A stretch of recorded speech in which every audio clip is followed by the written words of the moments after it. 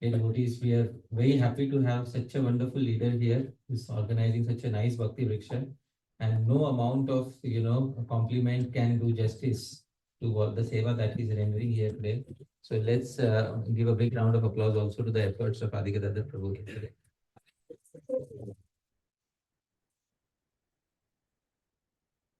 Dear devotees, I'm very happy today to speak here on this very important topic of attention and affection towards Sri Harinam. And this topic is very relevant for the spiritual lives of each and every one of us, because the moment we wake up in the morning, there is something behind our minds that we have to chant Harinam. We are more anxious about chanting Harinam than we are anxious about perhaps taking a bath or. So why be anxious about an activity which we are supposed to perform with a lot of love? So let us try to see from the previous acharyas, from Srila Prabhupada, about how we can develop the two most essential qualities that are required in chanting quality Harinam. And those two qualities are attention and affection. But before I begin, dear devotees, I'd like to begin with Mangalacharan, auspicious invocations. Most of us know these verses. Most of us know these verses, dear devotees. I'll chant Mangalacharan. You can kindly sing after me. Hare Krishna.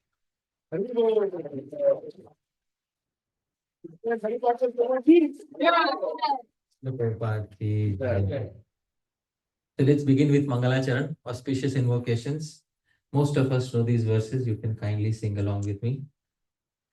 Om Jnana-timirandhasya Jnananjana-shalakaya Chakshurumilitam Yena Tasmai Shri Gurave Namaha. Shri Chaitanya Manobhishtam Sthapitam Yena Bhutale Swayam Rupa Kadamanyam Dadati Swapadantikam Vandeham Shri Guru Shri Yutapada Kamalam Shri Guru Vaishnavansha Shri Rupam Sagrajatam Sahagana Raghunathanvitam Tam Sajivam Sadvaitam Savadutam Parijana Sahitam Krishna Chaitanya Devam Shri Radha Krishna Padan Sahagana Lalita Shri Vishakhanvitamscha Namo Vishnu Padaya Krishna Preshaya Bhutale Srimate Bhakti Vedanta Swami Niti Namine Namaste Saraswate Deve Gauravani Pracharine Nirvishesha Sunyavadi Paschatya Desha Tarine Namo Mahavadanyaya Krishna Prema Pradayate Krishnaya Krishna Chaitanya Namne Gauratvishe Namaha. He Krishna Karuna Sindho Dina Bandho Jagatpate Gopesha Gopika Kanta Radha Kanta Namastude Tapta Kanchana Gaurangi Radhe Vrindavaneshwari Vrishabhanu Sute Devi Pranamami Hari Priye Vancha Kalpatarubhyascha Kripa Sindhubhya eva cha Patitanam Pavanebhyo Vaishnavebhyo Namo Namaha. Jai Shri Krishna Chaitanya Prabhu Nityananda Shri Advaita Gadadhar Shri Vasadi Gaura Bhakta Vrinda. Hare Krishna Krishna Krishna Hare Hare Hare Rama Rama Rama Hare Hare. Srila Prabhupada ki Ananta Koti Vaishnava Vrinda ki Nitai Gaur Premanande. Dear devotees, I'm very thankful once again. See, no event ideally begins without glorifying the most important aspect of the event, the most important personality in the event. Dear devotees, I've always said, between the speaker and the audience, you please tell me who is more important. अरे why you already?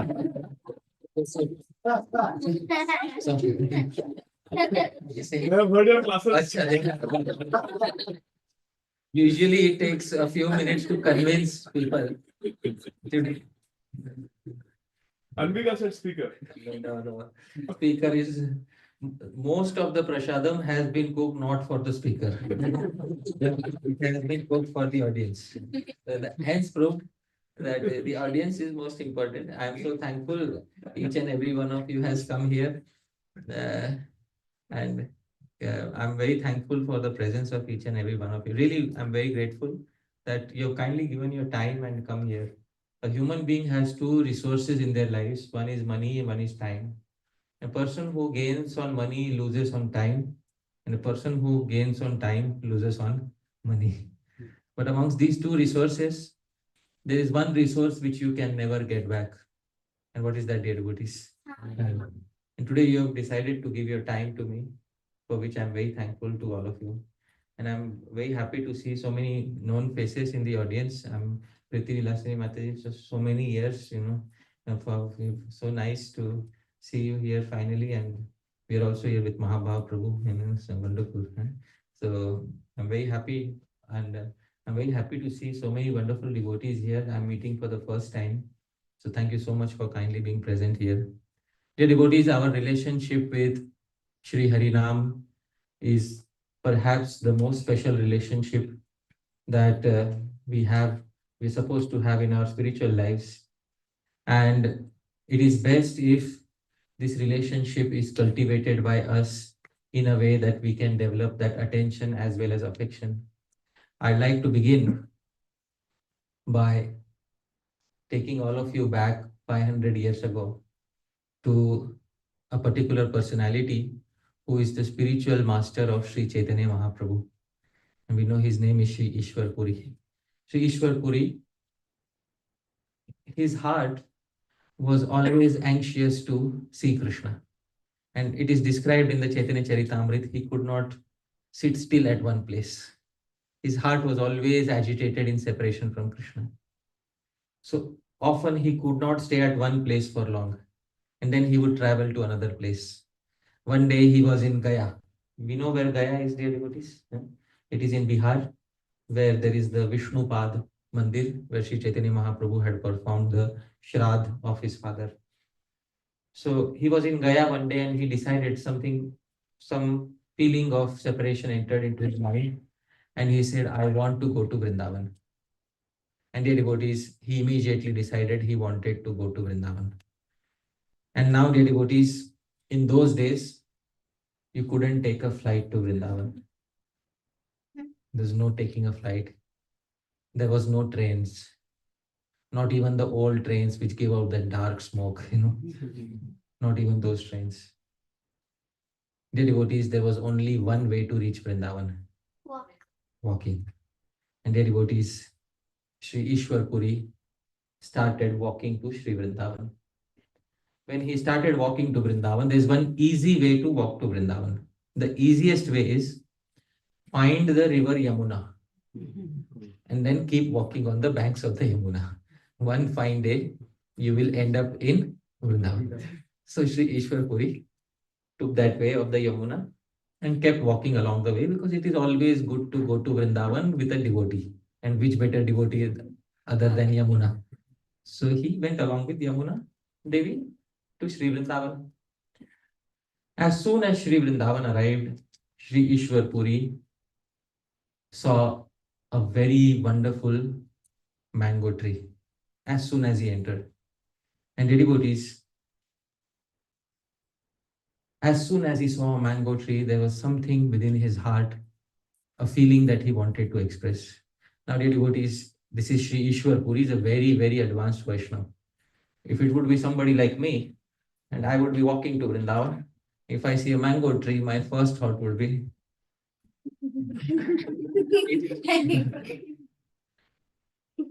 that I have walked for so many days. At least now I deserve a few ripe mangoes, isn't it, dear devotees?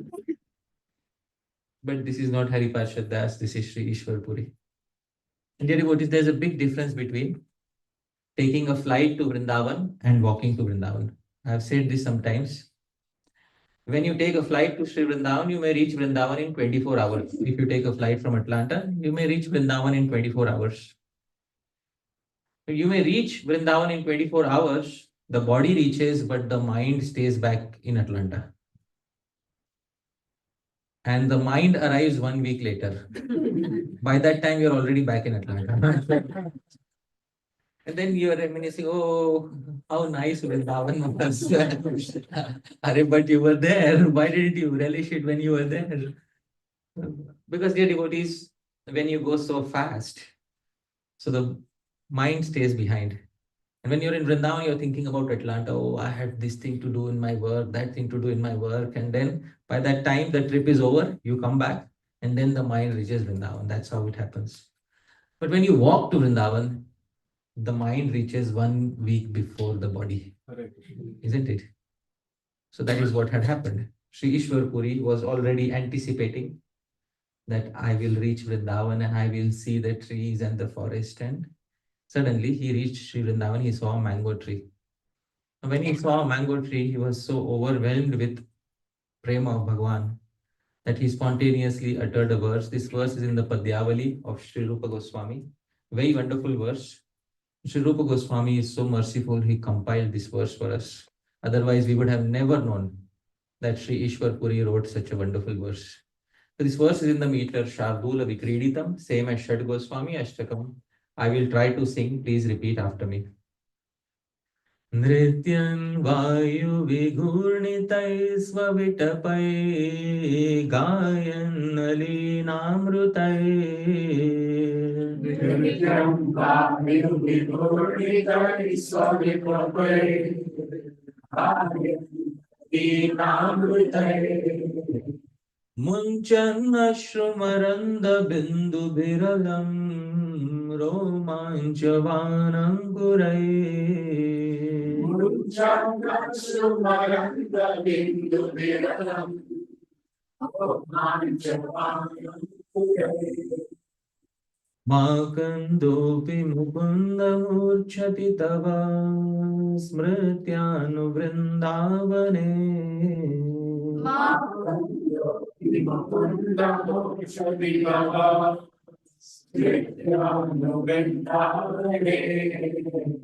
Brui Prazaman Chetasi Katham Nama Pinayati Te Brui Prazaman Chetasi Katham Nama Pinayati Te. Sri Ishwarpuri saw the mango tree and he started speaking to Krishna. Oh Bhagavan, oh Krishna, Nrityan Vayu Vigurnitai. This mango tree, Nrityan, appears to dance. Dear devotees, does a mango tree dance? Please tell me. At least not in my world, it doesn't dance. But this is Sri Ishwarpuri's world. This world is full of emotions towards Bhagavan Shri Krishna. Anything can happen in this world. And Shri Krishna will accept everything that Sri Ishwarpuri is saying. Nrityan Vayu Vighurnitai. Bhagavan, this tree is dancing in the wind through its stems. You know, the wind is blowing and the stems are moving around. So the tree appears to dance in the wind. And not only is the tree dancing, Gayan, the devotees, the tree is also singing. Acha. Can a tree sing? No. But this tree appears to sing Alinam Rutair by the buzzing of the bumblebees around it.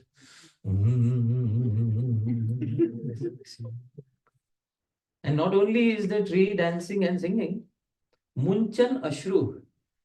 What is Ashru, dear devotees? This tree is shedding tears. And how is the tree shedding tears? Maranda Bindu, because there are ripe mangoes which are dripping with that mango nectar. And the flowers are also dripping with nectar. It seems that this mango tree is also crying. And not only is it crying, Romanchavan, Romancha. What is Romancha, dear devotees? Goosebumps is showing horripilations on the body. How Ankurai by the fresh grass sprouts that have sprouted on it. Sri Ishwarpuri says, Makandopi Mukunda. Mukunda. Makandopi. Even an ordinary mango tree. Murchati. Is fainting. Tava smritya. By remembering you. But this mango tree is not ordinary. Because it is in one location. And what is the last word of the third line? Vrindavan. Are, acha, I forgot. It is Vrindavan mango tree. It is fainting Bhagwan simply by remembering you. Acha. Mukunda, Bruhi, please tell me one thing. Prana Saman, you are as dear to me as my own life, Mukunda. Chetasi Katham Nam Api Na Ayatite. Why is it that not a single name of yours appears on the pathway of my heart? The verse doesn't make sense. You just said Makandopi Mukunda. You uttered one name, isn't it? At least we have clear record that he uttered one name. Then why are you saying Nam api na ayati? Not even a single name appears. No, Mukunda. I want one name to appear on my heart, which will produce the same effects in me that are produced in this mango tree.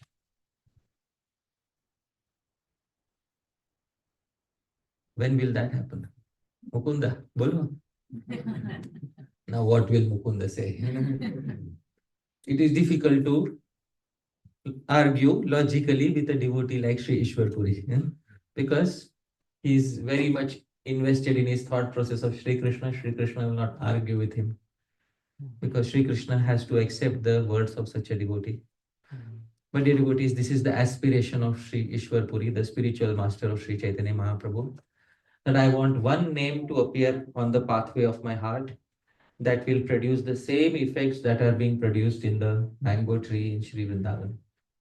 And dear devotees, let me tell you why Sri Ishwarpuri is saying like this. A person usually sees in others the good or bad qualities that are present within themselves. Isn't it?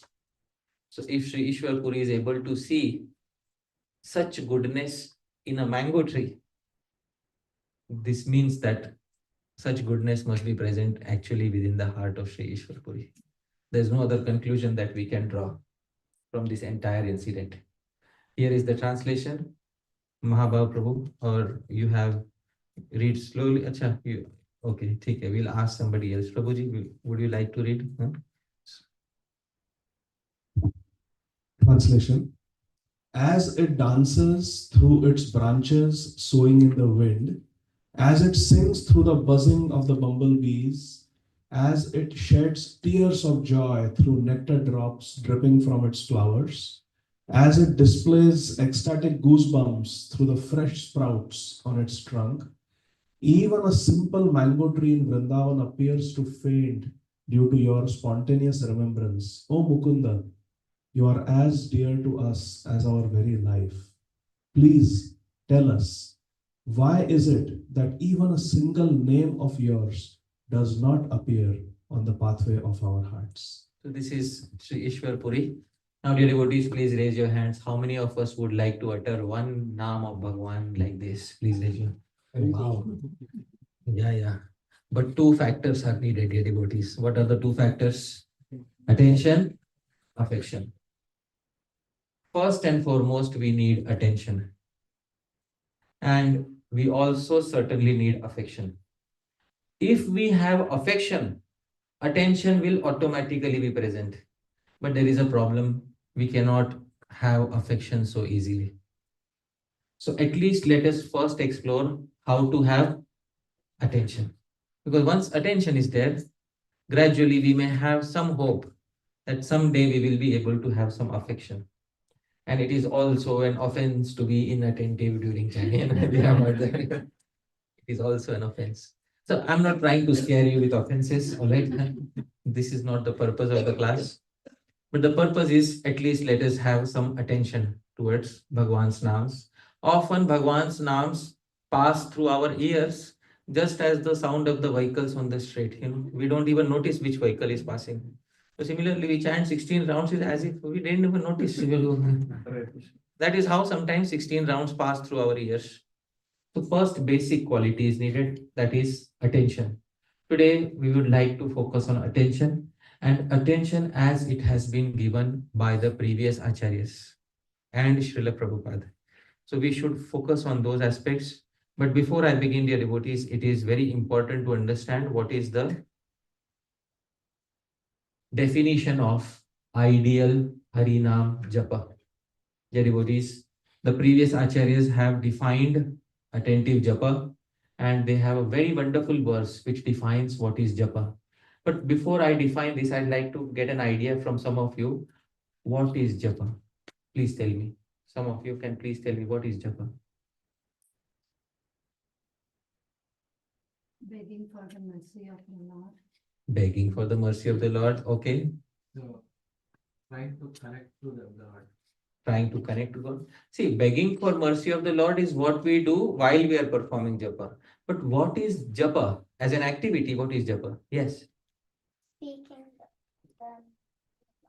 Speaking the names of God. Wonderful. Oh, what is your good name? Vika. Oh, wow. Very close. Huh? Wonderful. All right. Anybody else? Yes. Calling for the attention of the Lord. Calling for the attention of the Lord. Okay. Wonderful. That's also very nice. The name. Hearing the name. Right. Remembering the Lord. Remembering the Lord. See, one word, many definitions, isn't it? Huh? Yeah. So it is very important. All these definitions are correct to a certain degree. And at the same time, we need a definition which is all encompassing, which includes all these aspects, yet many more. There's a wonderful definition of Japa given by the Gaudiya Vaishnava Acharya Sri Dhyan Chandra Goswami. Glorifying, okay. Glorifying, you can say, is Kirtan. Okay, Kirtan is loud glorification. Japa is personal utterance of Bhagwan's names. But here is how the previous Acharya Sri Dhyan Chandra Goswami defines attentive Japa. Please repeat after me. Mano madhye sthito mantro.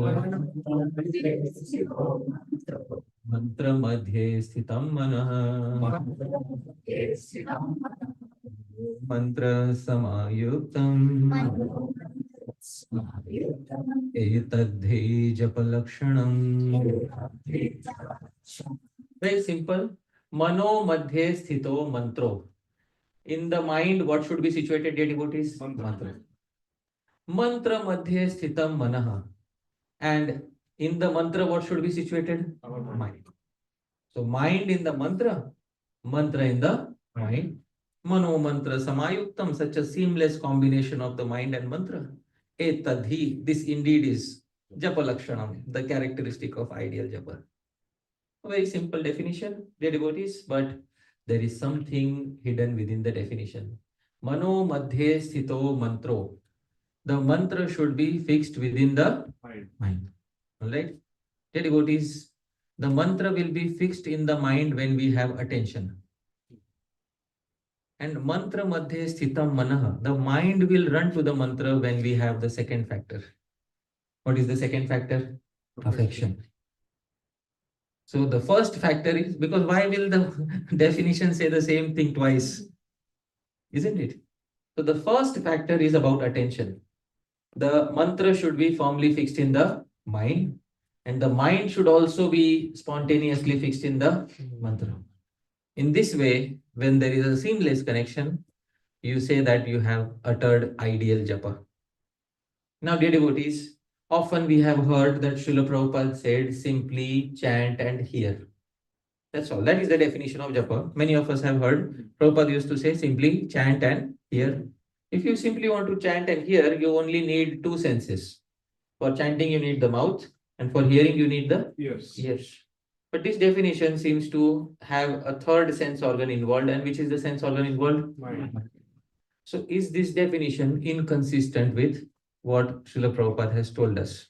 It's very important to understand that Srila Prabhupada also gave the exact same understanding of japa, and there is a conversation with Srila Prabhupada about attentive japa.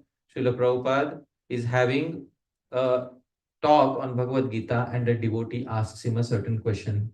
So I will I will read what the devotee says. Prabhu, you please say what Prabhupada said. Right? So the devotee says, Prabhupada, when we first got to chant Hare Krishna, a way to concentrate is to just concentrate on the vibration. Should we try to strive for? Prabhupada. No, concentrate on the vibration. Simply hear. It is very easy. If I say Hare, you can hear, even without concentration. It is so easy. But Prabhupada. But if you hear attentively, that is required. oh, dear devotees. So Srila Prabhupada added one thing. Initially he says, if you simply chant and hear, it is okay. But later he said, but if you hear attentively, that is required. So you know now how the topic of the seminar was made from this. So attention came from here. Alright. So, but Srila Prabhupada has higher expectations from us. So it's not simply chant and hear, but another adverb is added to that. Which term is added? Dear devotees, attentive. As soon as we add attentively, another sense organ gets involved. And what is that, dear devotees? Mind. Now the definitions are perfectly aligning with each other. So, dear devotees, attentive japa stands on the tripod of three senses: the mouth, the ears, and the mind. Finally, the mantra is supposed to reach the ears, and finally, through the ears, it is supposed to reach the mind. We are talking about attention today. Attention is a product of the mind. Affection. Okay, so today we will only speak about mind. All right. Affection, we will deal with tomorrow. I hope all of you will come tomorrow. Small sales pitch for tomorrow.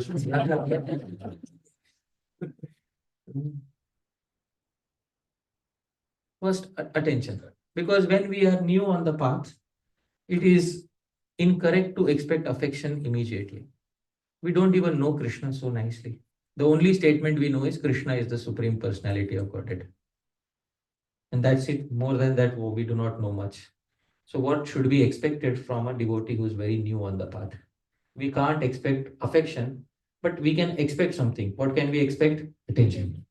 So those devotees are progressing nicely who have the required attention. Dear devotees, therefore, the previous acharyas tell us how to chant attentive japa. Now there are many lectures given on japa. Many lectures are given, no doubt about it. And many of the tips that are given on chanting japa are very nice. The previous acharyas, however, tell us 6 things that are needed, and that will include everything else that we need to have in order to have attentive japa. So please raise your hands. How many of us would like to learn from the previous acharya, Sri Sanatan Goswami, about how to chant attentive japa, dear devotees? So this is 6 tips from Sri Sanatan Goswami directly, dear devotees. And these 6 tips are, dear devotees, recommendations. What are they? Recommendations. Because if I come here and tell you that there are 6 rules, then tomorrow somebody will say, Hari Parshad Das, early morning you were saying, Nam Nam Akari Bahudha Nija Sarva Shaktis Tatrar Pitani Amita Smarane Nakala. Early morning you said there are no hard and fast rules to chanting Hare Krishna. And in the evening lecture you said there are 6 rules to chanting Hare Krishna. Hari Parshad Das, you are inconsistent in your words. So I have to tell you very honestly, these are not 6 rules, these are 6 recommendations. I myself often fail in following some of the 6, but I do try, dear devotees. Try we must. And the more we are able to follow the recommendations, the better it becomes for us. Our japa becomes. Sri Sanatan Goswami gives 6 recommendations. Acha. When it comes to Harinam, these are 6 recommendations. But when it comes to chanting second initiation mantras, these recommendations turn into rules. So this is the difference. For Harinam, these are recommendations. But for chanting second initiation mantras, these become rules. I'll give you a very simple example. Those who chant second initiation mantra, which is called Gayatri mantra, they cannot walk and chant Gayatri. All right? They have to sit down at one place and chant Gayatri. So the rules which are there for Gayatri Japa are very strict. But Sri Harinam Prabhu is very merciful that he has not kept any rules upon his own utterance. But we should not take it for granted, dear devotees. All right? So although there are no rules, there are recommendations. Here are 6 recommendations for attentive japa by Sri Sanatan Goswami, Sri Gopal Bhatt Goswami in the Hari Bhakti Vilas. Please repeat after me. Mana samharanam shaucham maunam mantrartha chintanam avyagratvam anirvedo japa sampatti hetavah. Japa sampatti hetavah. Hetu, the cause of sampatti, attaining big achievements in japa. These are 6 causes of attaining big achievements in japa. Now, of course, all of us are eager to know what are these 6 causes, dear devotees. So they're coming straight from Sri Sanatan Goswami, a personality who would perform 3 Govardhan Parikramas, and who was constantly dedicated to utterance of Sri Harinam. From him, these 6 are coming, dear devotees. So we should take it with utmost seriousness. They are coming not only from his personal experience, but also they are deeply rooted in Shastra. Following these 6 will give us that desired effect that we are looking for, which is attention. All right? They cannot guarantee what? Affection. Attention can be guaranteed. Affection is a different ball game altogether. We'll get into it tomorrow. But at least attention we can get through by following these 6. Dear devotees, please repeat after me. First one, dear devotees. Mana samharanam. Haranam means to snatch. Samharanam is to completely attract your mind from all the distractions and bring it in one place. Now it is so easy to say focus your mind, isn't it? But it's so difficult to do. So today I'm not just going to give a vague understanding, just focus your mind. Sri Sanatan Goswami is going to tell us how to focus our mind. So I will take up each one of these 6 separately, individually. And then we will see what Sri Sanatan Goswami says about each one of these 6, so that it doesn't just remain a vague thing. Oh, focus your mind before chanting japa. And how do you do that? Well, I don't know, So not like that. So there should be something practical that we should be able to do. So first is Manaha Samharanam. The devotee, second, please repeat. Shaucham. Shaucham is cleanliness, external and internal cleanliness and purity. Third, dear devotees, please repeat after me. Maunam. Maunam is silence, dear devotees. So what is the meaning of silence? That also I will explain. But this is the third factor in the utterance of attentive Harinam. Fourth, Mantrartha Chintanam. So Chintanam, meditating upon the artha, the essential meaning of the mantra we are chanting. Well, many times we are chanting, but we don't even know the meaning of the mantra. So that is not recommended. Most of us should know, all of us should know what Srila Prabhupada told about Hare Krishna Mahamantra. That Hare Krishna Mahamantra has one basic meaning. O Hare, Hare means O Shri Radha, O Krishna, kindly engage me in your service. That phrase, kindly engage me in your service, is not in the Mahamantra. The Mahamantra only has Hare, Krishna and Ram. Now what is Ram, dear devotees? Ram is also a name of Shri Krishna. Alright, it is not, but the Gaudiya Vaishnavas say that it is also, Ram is also a name of Shri Krishna. So it is Shri Radha Ramayan Nityam Rama iti abhidhiyate. Shri Radhika Raman is known as what? Ram. Right? Because what will happen, if you say it is Bhagavan Shri Ram, and what will happen in your mind, you have to somehow fix Radha Krishna, and in between Bhagavan Ram comes. The next question, where is Sita Devi and where is Hanuman? They are not in the Mahamantra. So to make sense of the mantra, Ram also has one meaning. What is the meaning of Ram in the Mahamantra? Radhika Raman, Shri Krishna. Alright? So Hare Krishna means O Shri Radha, O Shri Krishna. And Hare Ram, O Shri Radha, O Shri Radhika Raman Krishna. Now just you're calling, oh Krishna, oh Radha, they will say, what do you want? So please engage me in your service. That is the intended meaning behind the mantra. Mantra Artha Chintanam. I'll explain in detail more. Fifth, please repeat. Avyagratvam. Vyagra means hasty. Avyagra, non-haste. Avyagratvam, not to be in haste. Hindi mein jaldbaji. ठीक है? And last, dear devotees, Anirveda. Non-dejection, dear devotees. Long, so many years passed, I could not attain anything. Why did Bhagwan not give me anything? Better I would have spent my life in the material world. At least I could have enjoyed. So this is Nirveda. Nirveda means dejection. Anirveda, non-dejection. These six are hetus, causes of attaining sampatti, great achievements in Japa. Devotees, let's explore one by one. Now, all of you, please try to keep these six in mind. This, if we remember, this verse, if we remember, we will memorize the six qualities, six recommendations of Sri Sanatana Goswami. And I'm really telling you, all you need are these six. Everything else is contained in these six.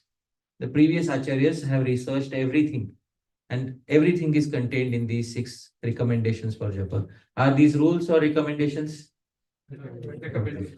Please don't make it into a rule. Because a person who may not be following one of them, Shaucham, a person who may not be clean also can chant Mahamantra, and a person who is unclean may also be delivered by Bhagwan as they are chanting Mahamantra. So we can't turn them into rules. These are recommendations. Dear devotees, let's begin with the first. Manaha Samharanam, concentration. Dear devotees, early morning we wake up. Sometimes we don't have proper sleep last night. We slept late night. As usual, dear devotees, ever since electricity was invented, we forgot to sleep after sunset. One of the best ways of waking up early in the morning. I always used to wonder how my grandfather in the village, he used to wake up early morning, 3 o'clock. I asked my grandfather, how do you wake up 3? I'm like struggling to wake up at 3 o'clock. Why? How do you wake up at 3 o'clock in the morning? So he said, do one thing, you come and stay in my room for one day. So I said, all right. I went and stayed in his room one day. There was no electricity in his room. 7 o'clock, I said, what should I do?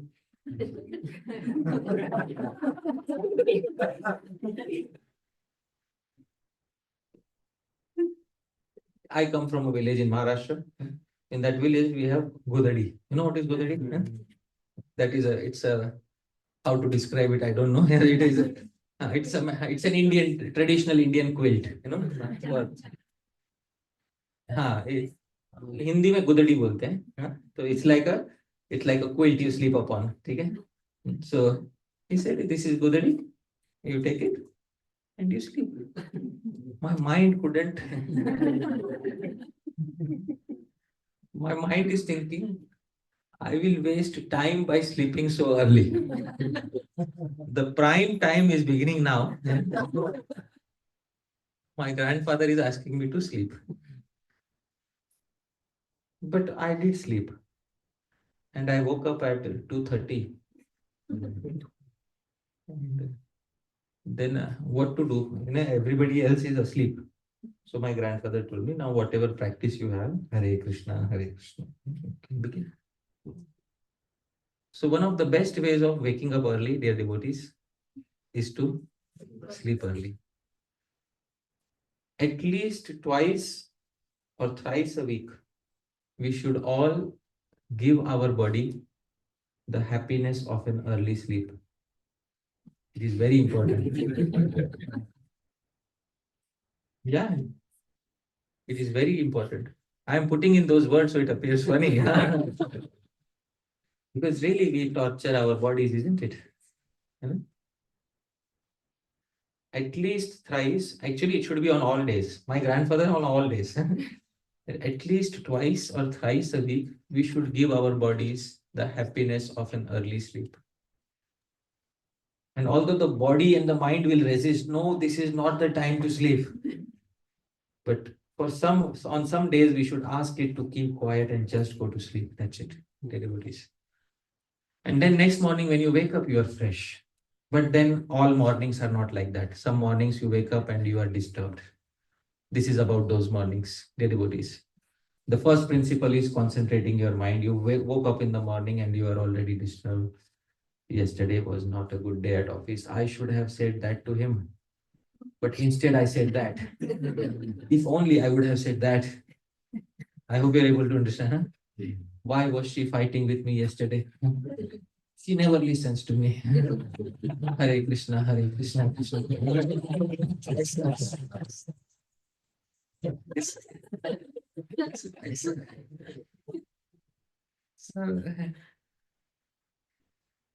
So Bhagavan is receiving all these messages.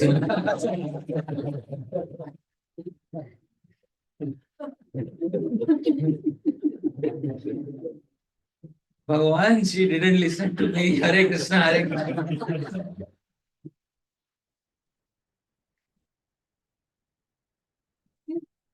So, थोड़ा we need to focus our mind. ऐसा है कि when we are giving something to Bhagavan, let's give some quality, attention. The first principle is concentration. Of course, mind may be disturbed due to events of previous day. Some disturbances are very major, like some loss in the family or something like that. But for simple disturbances, you can do something. The previous acharyas recommend something, dear devotees. Sri Sanatana Goswami says, please repeat after me. Japasya Purata Adau Paratah Ante cha iti pranayameshu kalah japasya puratah adau paratah ante cha. The stipulated time for performing pranayam is before and after one's japa. Now, dear devotees, this is an example of a principle taken from Ashtanga Yoga. Pranayam is a principle not per se of Bhakti Yoga. It is a principle of which yoga? Ashtanga Yoga. But when principles of Ashtanga Yoga become favorable to Bhakti Yoga, there is a technical name called Sangha Siddha Bhakti. It is called Sangha Siddha Bhakti. So we can use many principles from other yogas to help us. When we say our mind is disturbed, there is one thing which is disturbed, that is prana. What is disturbed, dear devotees? Prana. And by regulating the prana, you bring the mind again under focus. And therefore, ayam, regulation of the prana, is called as what? Pranayam. Now, what is pranayam? Many of us might have learnt on television. Very good. So, we should learn, because pranayam is not just a breathing exercise. It is a method of regulating and focusing upon your disturbed prana. Prana is the vayu which goes out with every breath, comes, which rises up and comes down with every breath. That is prana vayu. So, dear devotees, how to perform pranayam? What the Hari Bhakti Vilas says, I will tell you, dear devotees, but we have to learn 3 new terms, because I want to tell you authentic what is given in the Hari Bhakti Vilas. Please repeat after me the 3 new terms. Purak, Kumbhak, Rechak. What is Purak, Kumbhak and Rechak? Purak means to inhale. Inhaling is called as what? Purak. In Hindi mein kehte pura karna. So Purak. Kumbhak is to hold. Kumbha is pot, to hold like a pot. To hold your breath inside your stomach is called as what? Kumbhak. Rechak is to exhale. So pranayam involves systematic transition from Purak to Kumbhak to Rechak. And the ratio of time is given. Please repeat after me. 2, 4, 1. Right? Remember this ratio. The Hari Bhakti Vilas gives. What is the ratio? 2, 4, 1. If you have less powerful lungs, Puraka, breathing for how many seconds? 2. Holding for how many seconds? 4. Exhaling in how many seconds? 1. If you have weak lungs. If you have stronger lungs, multiply everything by 2. Inhaling for how many seconds? 4. Holding for how many seconds? 8. Exhaling in how many seconds? 2. I hope you are able to understand. This is Purak, Kumbhak, Rechak. Alright, devotees. We'll do one simple, but not just doing that. In your mind at that same time, closing your eyes and thinking about Bhagavan Shri Krishna. I hope you're able, not empty meditation. Alright, it should be focusing on Bhagavan Shri Krishna, your favorite Ishtadev, your favorite deity, dear devotees. All right. So we will do one. Now you will have to close your eyes, and when you close your eyes, you will have to first exhale because we have to begin with Purak. All right. So first I will tell exhale. You exhale everything, and as soon as I snap, you have to begin Purak. Purak for how many seconds, dear devotees? 4. Then I will again snap. Then you have to retain for how many seconds? 8. And then I'll do the final snap, and then you exhale, dear devotees. This will be one pranayam. All right. Are you ready, dear devotees? All right. Please close your eyes and exhale, dear devotees. Now begin Purak. Hold.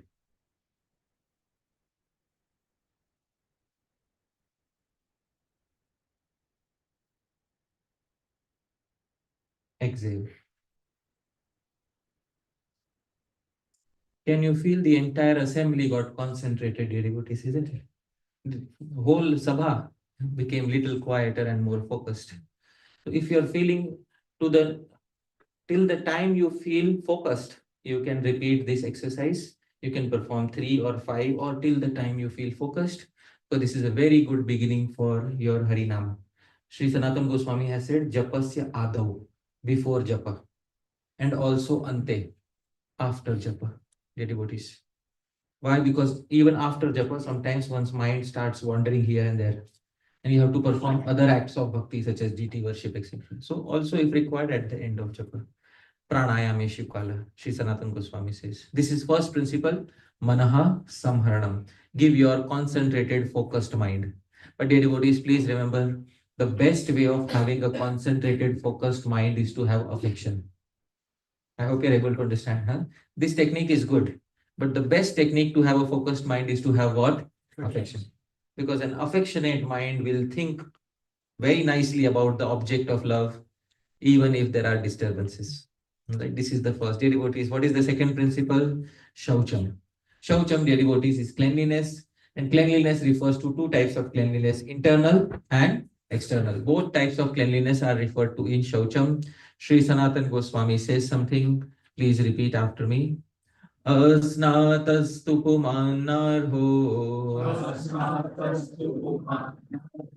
Japadi Havanadishu.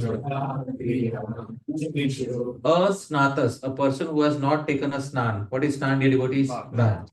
To puman, a person na arho, is not fit for Jap adi, Havan adishu. Dear devotees, please tell me, a person who has not taken a bath, are they fit for a Havan, a Yagya? No.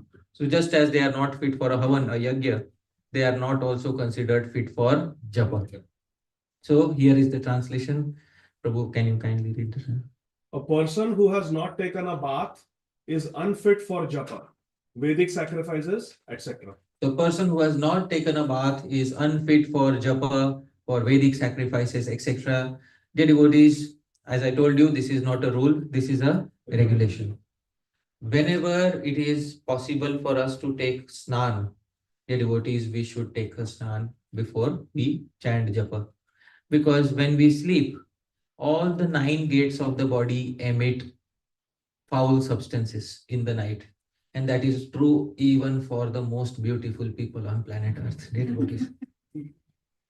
Right. Even if you have Mr. Universe or Miss Universe, the 9 gates of the body emit foul substances during the night. And dear devotees, sometimes what happens, we wake up in the morning and we rub our eyes and Hare Krishna, Hare Krishna. So dear devotees, I hope you are able to understand. So यहाँ तक है फिर भी ठीक है.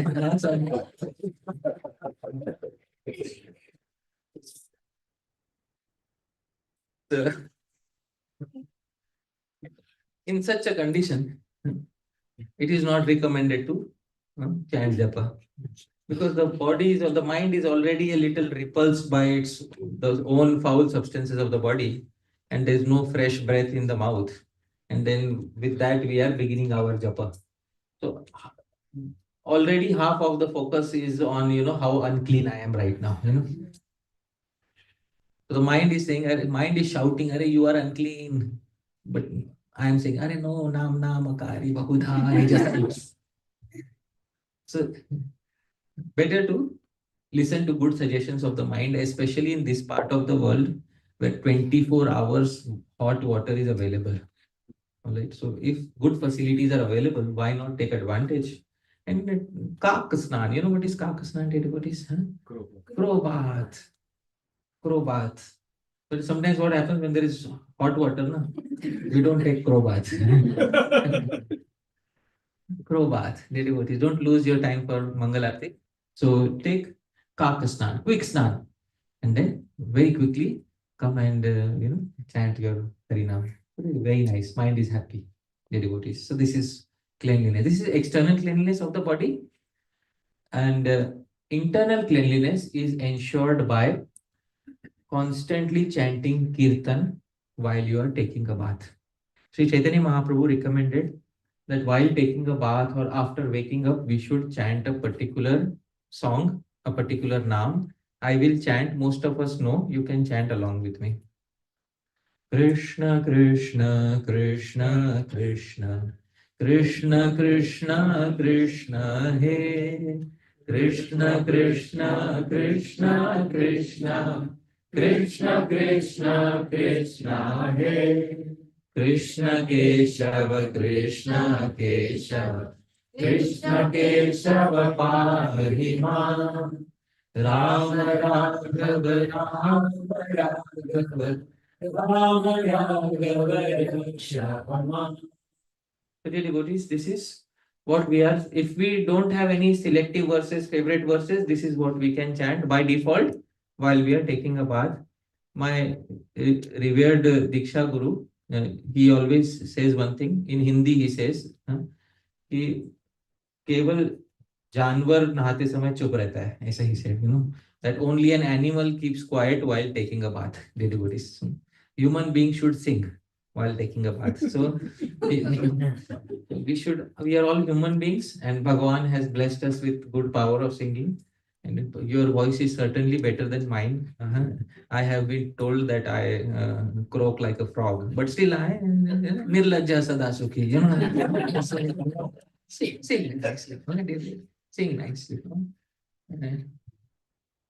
It also keeps the thieves away who are trying to break into your home in the early morning. So, dear devotees, in this way, internal cleanliness is by chanting Kirtan while taking a snan. Chant slowly, it is early morning. All right. So what happens? Sometimes we may wake up other people who are not so willing. Dear devotees. I had this habit when I was taking training in the Brahmachari ashram. So I had this habit. Sometimes I'll wake up early. I wake up early, and then there's some boys who are practicing. They're not woken up early. They're still sleeping. So I'll take a bath and everything with fresh clothes. It's 4:15 in the morning. They're still not woken up. So I'll take kartal in the hand and I'll go, Jeeva Jag, Jeeva Jag. Boy, they hated that song after that. So I am responsible for such bad habits. But dear devotees, you don't follow me in this regard. Sing softly in the morning. Sing softly. All right. It should be for the pleasure of Bhagavan, not for waking up the neighbors. For internal cleanliness. All right. So that is what is the second principle, dear devotees. Third, dear devotees, is very important. That is silence. Silence is known as maunam. Often what happens is 16 rounds we have to chant. So many things are going on at home. Hare Krishna, Krishna Krishna, Hare Hare. आज क्या सब्जी बनाएंगे?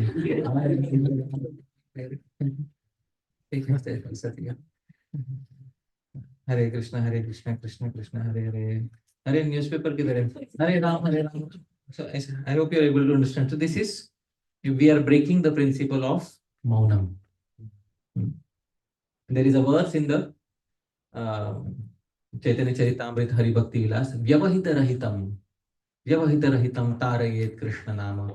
There should be no Vyavadhan. Does anybody know what is the meaning of Vyavadhan? Obstacle. There should be no obstacle. And obstacles, Sri Sanatan Goswami says, obstacles in Harinam are on various levels.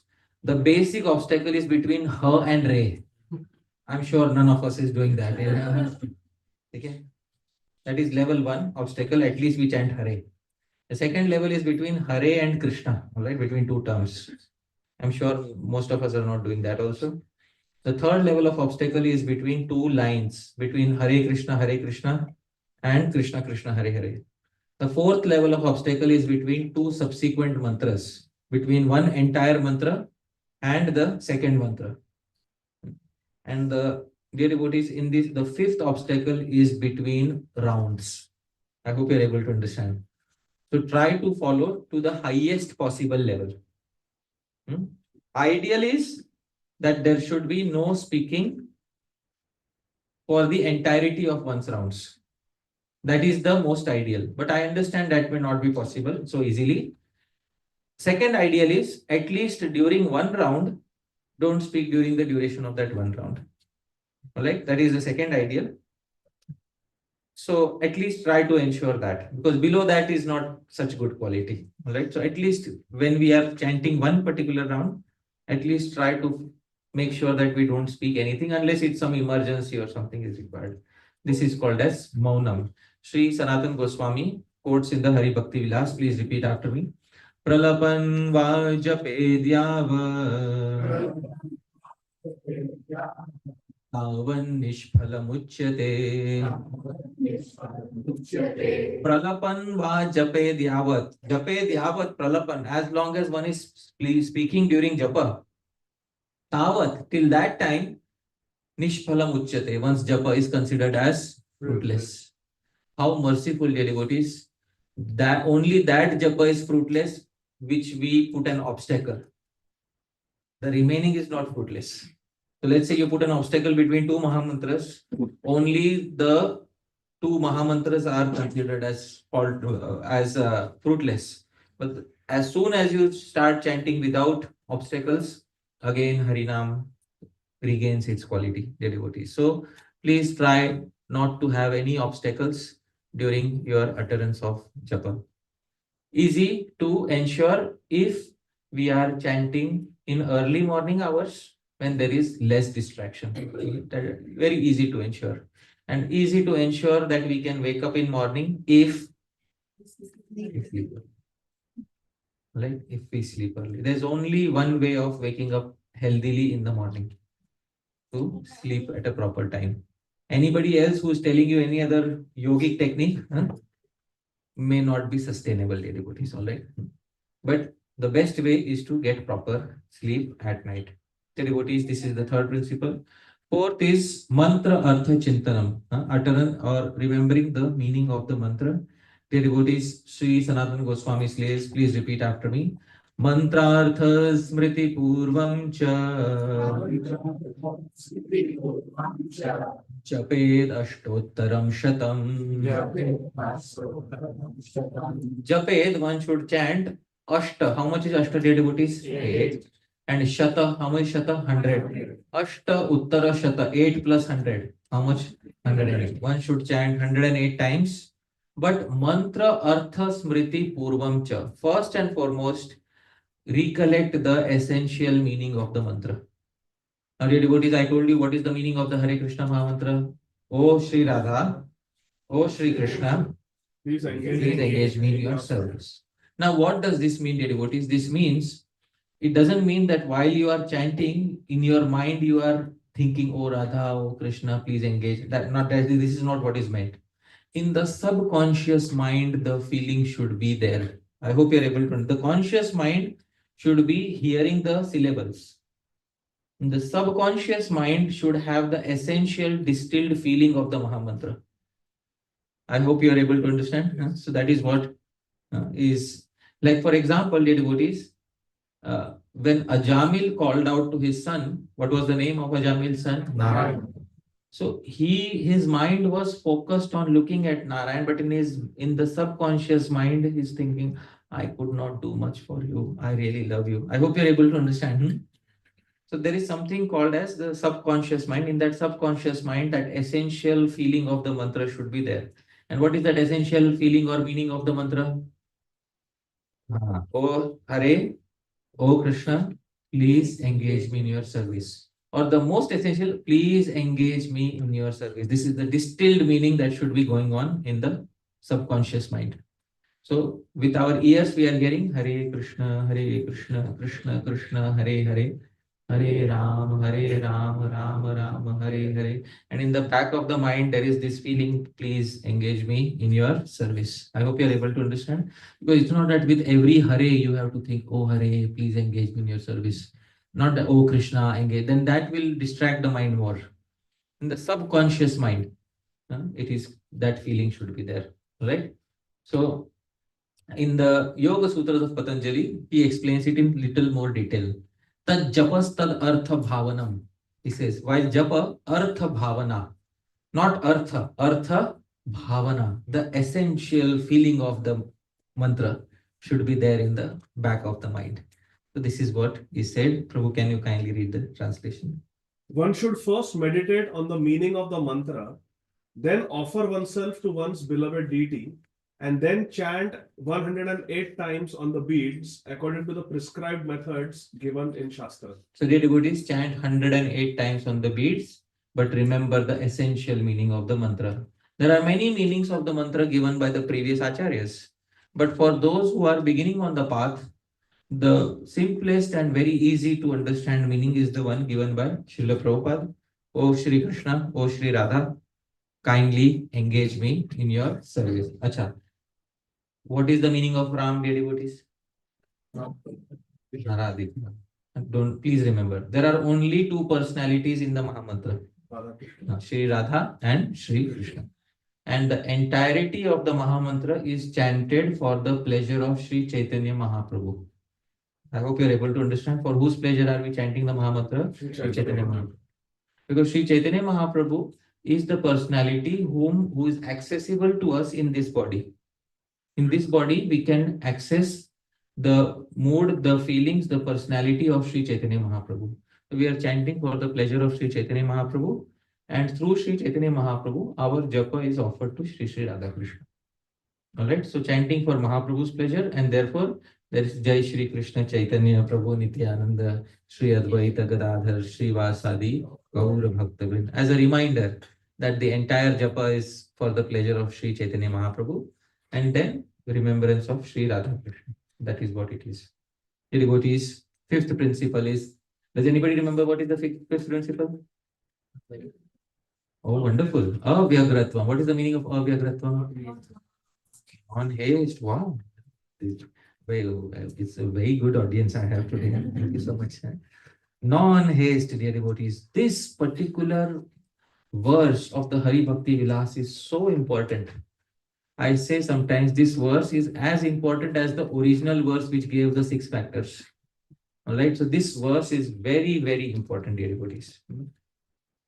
Here is the verse, please repeat after me. Shanai Shanai Suvispashtam Na Drutam Na Vilambitam Na Nyunam Na Adhikam Vapi Japam Kuryat Dine Dine. Japam Kuryat, perform your japa dine dine. What is the meaning of dine dine? Every day. Don't break the principle of dine dine, anudinam. Every day one should chant japa, but please remember some important points. Shanai Shanai. Shanai Shanai, dhire dhire. I hope you're able to understand. Shanai Shanai. Shanai Shanai. Chant slowly. Shanai Shanai, chant slowly, not too slow, but chant slow enough so that you can hear every syllable crisp, crystal clear. Suvispashtam. Dear devotees, please tell me what is the meaning of spashta? Clear. Vispashta. Very clear. Suvispashta. Very, very clear. Suvispashtam. Shanai Shanai. Chant slowly so that it is Suvispashtam. You should be able to hear every syllable crystal clear. Na drutam. Don't be very fast. Dear devotees, this reminds me of when I was taking brahmachari training. There's one devotee who came to me and said, "Oh, I have a secret. Don't tell anyone." I said, "Okay. What is it?" He said, I can tell you how to chant 64 rounds in 2 hours. I was about to fall off my seat at that point of time. But apparently, he had found a video of Srila Prabhupada chanting 16 rounds, which was 4x the speed. So in 2 hours, instead of 16, you can chant 16 into 4. How much is that, everybody? I said, I'll do that. But if I get an asthma attack, you take me to the hospital, all right? I'll try, but save me if I get an asthma attack. Na adrutam, okay? Don't be in such a haste. And na vilambitam. Don't make it very slow at the same. Hare.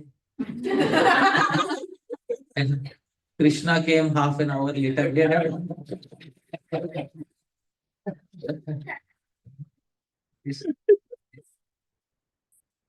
Hare. And devotees,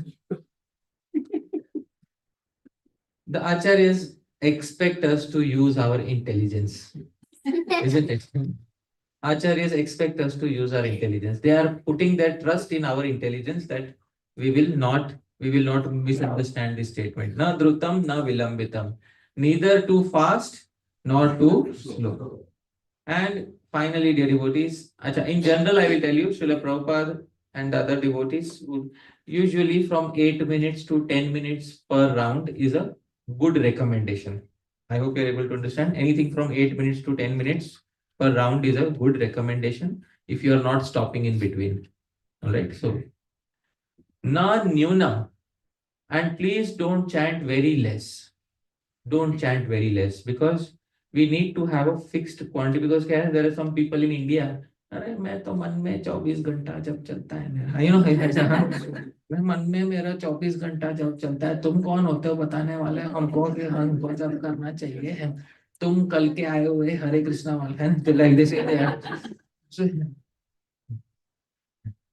one time I was traveling in a train, new boy in training, brahmachari training. So I was chanting, and usually when you are in a train in India, if you are in a non-devotee clothes, nobody will speak anything about religion. The moment you are in dhoti kurta, suddenly the hidden philosopher within everybody is so. I'm minding my business. I'm sitting on the train. Suddenly, the old uncle in front of me says, ऐसा he said in Hindi. अरे तू मन का क्या फेरता है? मन का you know what is it? भीड़. तू मन का क्या फेरता है? तू मन का फेर. समझ में है? हाँ? You rotate the beads of the mind. What are you rotating the wooden beads? तो I have had enough. Usually क्या है एक लिमिट होता है, थोड़ा सा टॉलरेंस होता है किसी, वो भले ठीक है त्रिनाद अपि सुमी बोलते पर ऐसे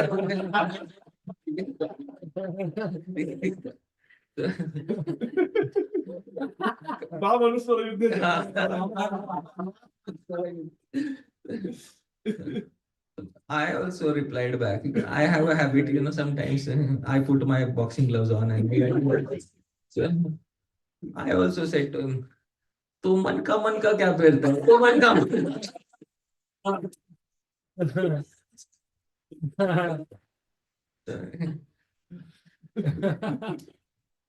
If you want to learn how to spoil your relationships, I'll give you a separate class.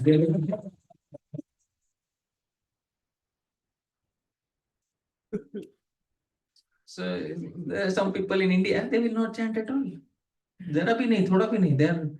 They don't believe that repeating Bhagwan's Naam has any potency. That is the level of atheism that is present in some individuals. So at least Vaishnav should not think like this. Na nyunam, don't chant too less. And dear devotees, you know what is too less. Your mind knows it is too less. And if your mind doesn't know, then take the standard of Srila Prabhupada. Alright? For initiated devotees, anything less than 16 rounds is too less. And na adhikam vapi. Na adhikam, don't chant too much. Now we understand not too less, but one or too much. Yeah. So this is also, it is always encouraged to chant more, dear devotees. One should always encourage oneself and others to chant more. But there is a saying in Sanskrit, Ati Sarvatra Varjayat. Ati Sarvatra Varjayat means too much of anything is to be avoided. Now, when does it become too much? So, last year I wanted to ask this question to many devotees. So last year somebody said, there is an opportunity to meet His Holiness Raghunath Maharaj. Why don't you come? I said, all right, I'll go. And I wanted to ask this question to Maharaj. I wanted to see what answer he gives to this question.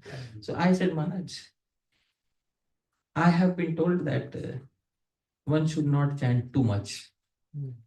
So can you give some thoughts or reflection on this? So he said one thing which I remember very nicely. He said, 2 hours or 2 hours of chanting requires 22 hours of preparation. This is something which I remember. It's very profound, he said. 2 hours of japa requires 22 hours of preparation. And sometimes people do 24 hours japa with zero preparation. So what would you prefer? That's all. He asked a reverse question. So I said, Maharaj, I am on your side. You take the side, I will be on that side. If you say 24 hours with zero preparation, I will say okay. But somewhere my mind was telling me that he's not on that side. He's on the side because he said very clearly, initially he said, for 2 hours of japa, the remaining 22 hours of the day are preparation for that 2 hours of japa. But dear devotees, Ishwarpuri Goswami says, Adarat Anudinam. Adar, we should have respect for Bhagavan's name. In the 7th verse of Nectar of Instruction, Sri Rupa Goswami has compared Harinam to a medicine, and our ignorance to jaundice he has compared. Now, dear devotees, some people have the feeling that I will overdose on the medicine itself. In one day I will cure jaundice. So please tell me, dear devotees, can jaundice be cured in one day by taking an overdose? No. It is cured by taking a healthy dose in a regulated manner. Who tries to overdo it? A person who wants to get cured very fast. I hope you're able to. But the mindset behind doing too much is that I want to get cured very fast. But dear devotees, flowers come at their time, fruits ripen at their time, affection comes at its own time.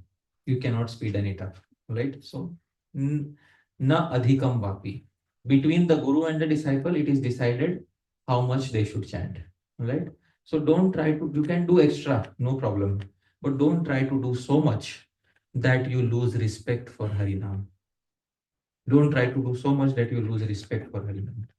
Keep it so that you will be able to chant with attention. At least you should be able to chant with attention. Affection is later thing, but when you are losing attention, dear devotees, that is when you should understand. Okay. So this reminds me of one incident I like to say. Long back in 2004, one event was organized. It was Sri Haridas Thakur's disappearance day. So the event was organized. 128 rounds, like marathon. So I said, wow, this will be. They pumped everybody. Haridas Thakur disappearance day. How many rounds will you chant? 120. 120. Everybody chant 120. So everybody got ready for 120. Although they were used to chant 16 rounds on other days. So that day they will chant 128. So I also said, okay, I will also chant 128. So there were, I'll tell you, anybody who chanted 64 would get a bronze medal. 100 rounds, you get a silver medal, and 128 gold medal. And if you participate, you'll get a certificate. If you so that's okay. There consolation prizes were there. Consolation prizes were also there. So I said, okay, chalo, Haridas Thakur disappearance. So I went. So I started, and devotees were enthusiastic. Like I really saw everybody there like super enthusiastic. I said, I'll also today 128 one gold medal I will have today. So Hare Krishna, Hare Krishna. 16 rounds happened peacefully. 32 rounds happened okay. After that, I started counting every round. And you know that final bead comes, I was trying to find when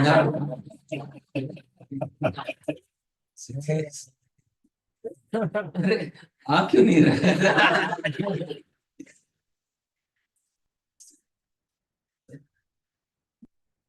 After 50 rounds, my mind started saying, bronze is also gold.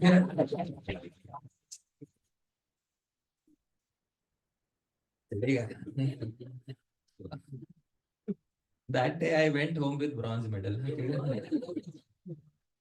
So when I went home, I was tired, like my mind was really exhausted. So my mother asked me, what do you want to eat? I said, nothing, I'm done for the day. Tomorrow, I'll see tomorrow. Next morning, I woke up. My mind is telling me to chant 16 rounds today. So my mind itself is saying, but 4 दिन का तो जप लिया, 4 days you want to be chanted, 16 for the 64. So my mind is saying 4 days ka, it is compensated. So, see, mind is such a ruffian. Huh? Early morning it is saying you have chanted for how many days? 4 days. By the time afternoon arrived, it started pressurizing me. You have not chanted your 16 rounds. In the morning you were saying, it's already done for 4 days. In the afternoon you are again troubling me. So then, dear devotees, that day I started chanting in the afternoon. And it took me big time to chant. It was late till night. And I remembered I could not have that same, other. What is other, dear devotees? Respect. Because I was, frankly speaking, I was not prepared for it at that particular point of time. So, adarat, our other, take it as a medicine, and the quantity is decided between guru and the disciple. Acha, 1 week after that incident, after that marathon, the devotee who had organized it, he was giving a lecture and he's complaining ki, that day everybody came, but since 1 week I am not seeing devotees in the temple.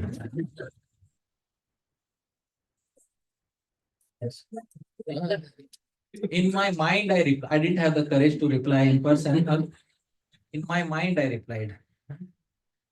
I said, they followed Sri Haridas Thakur. Haridas Thakur chanted 128 rounds. They chanted 128 rounds. Haridas Thakur disappeared. They also disappeared. They followed Haridas Thakur.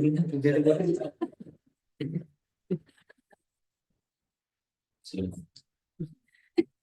it's right. It was a disappearance. You are supposed to come as it is. So they followed as it is. So dear devotees, Japa Korea, Dine. Acha, minimum what quantity of Japa for initiated devotees? 16 rounds. 16 rounds with attention are required. Remaining 22 hours of the day are preparation ground for those 2 hours. And Maharaj had said one thing to me, if you fill your mind with garbage in those 22 hours, garbage will come out in those 2 hours. I remember that statement by him. And he specifically told me one thing after that. There is a lot of garbage on the internet these days. So don't fill your mind with garbage which is there on the internet. So I said, all right. I remembered what he had told me, that it's a very profound statement, that those 2.5 hours are basically an implementation of how you have trained your mind in the remaining 22 hours. So that is very important. I consider that to be a very valid instruction, which is completely in line with what the Hari Bhakti Vilas is saying. So here is the translation. Prabhu, can you kindly read?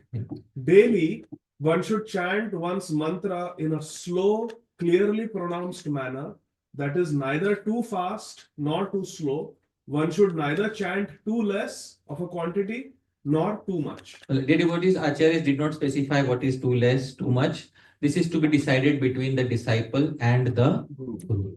All right. And if you don't have a Diksha Guru, at least you may have a Shiksha Guru.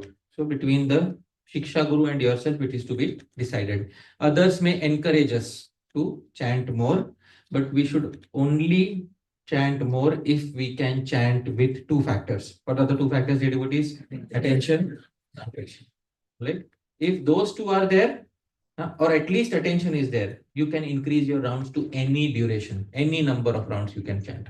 No problem.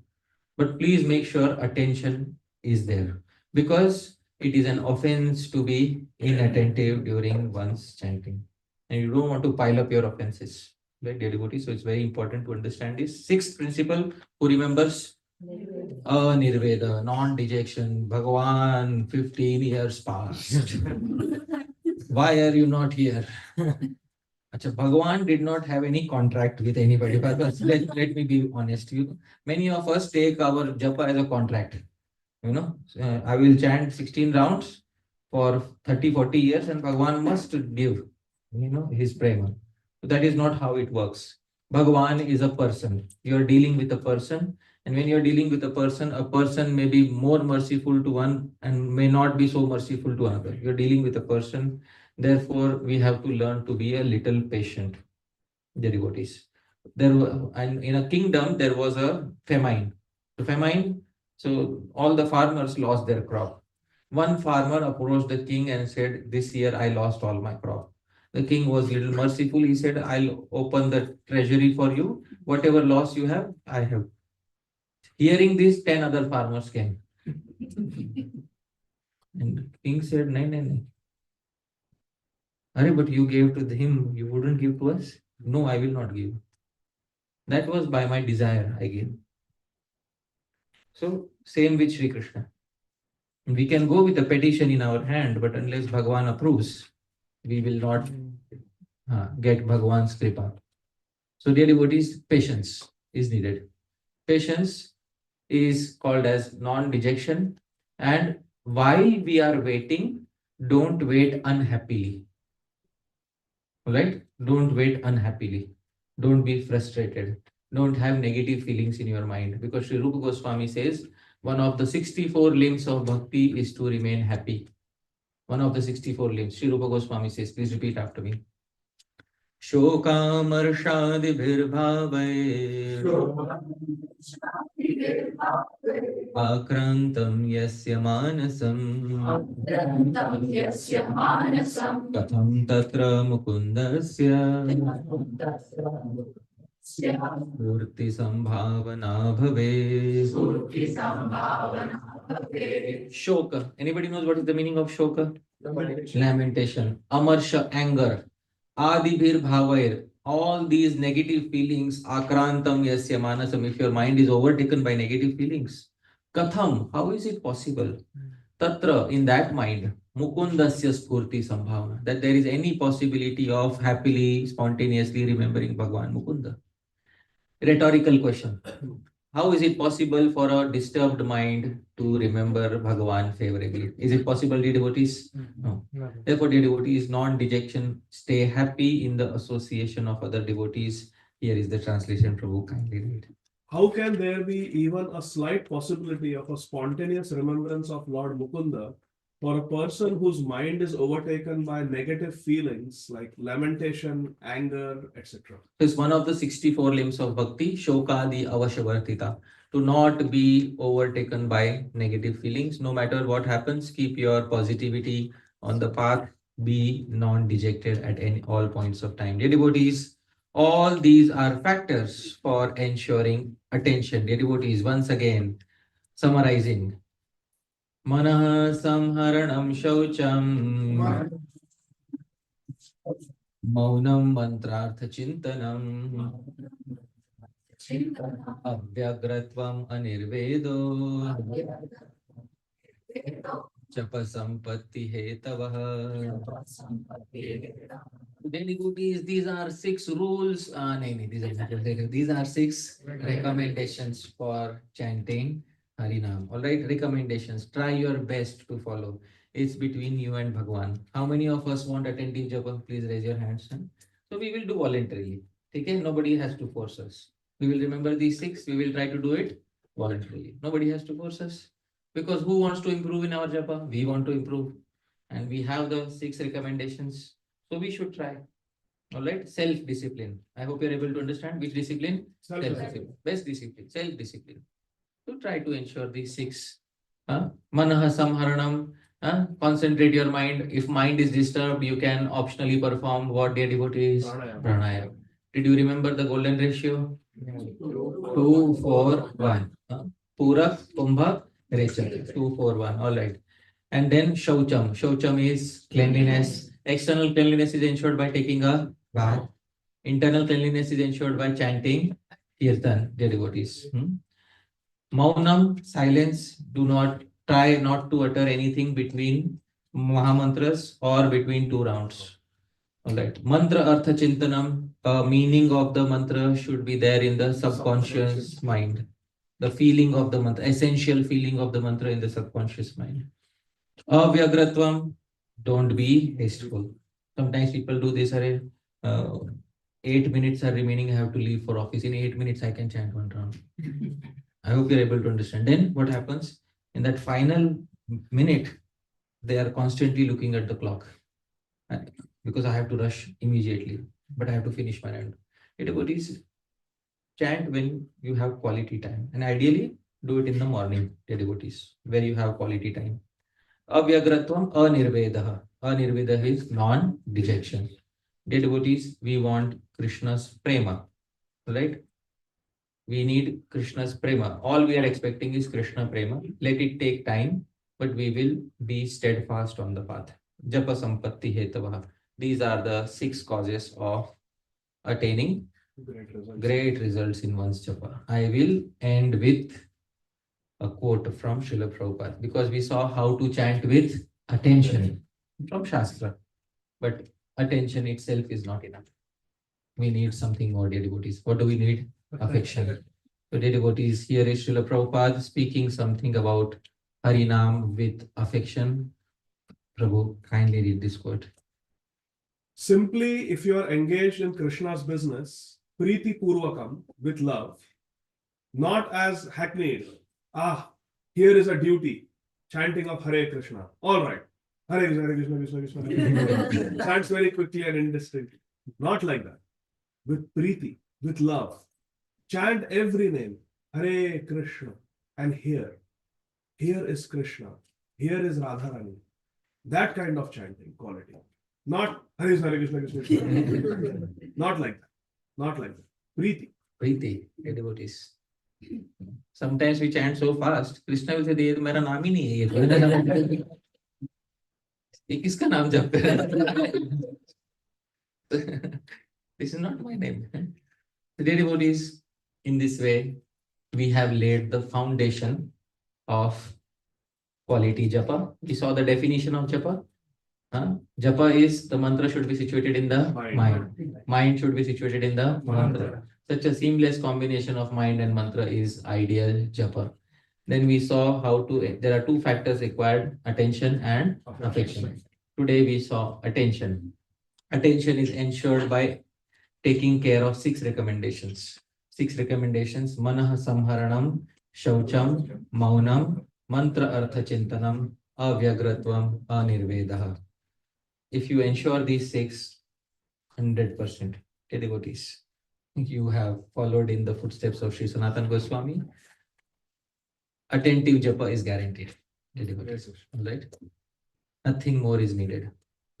And chant in this way, chant happily, dear devotees. Chant happily. So I will pause my speech here, dear devotees. Yadatra skalitam kinchit vidvam sahapura yantutat.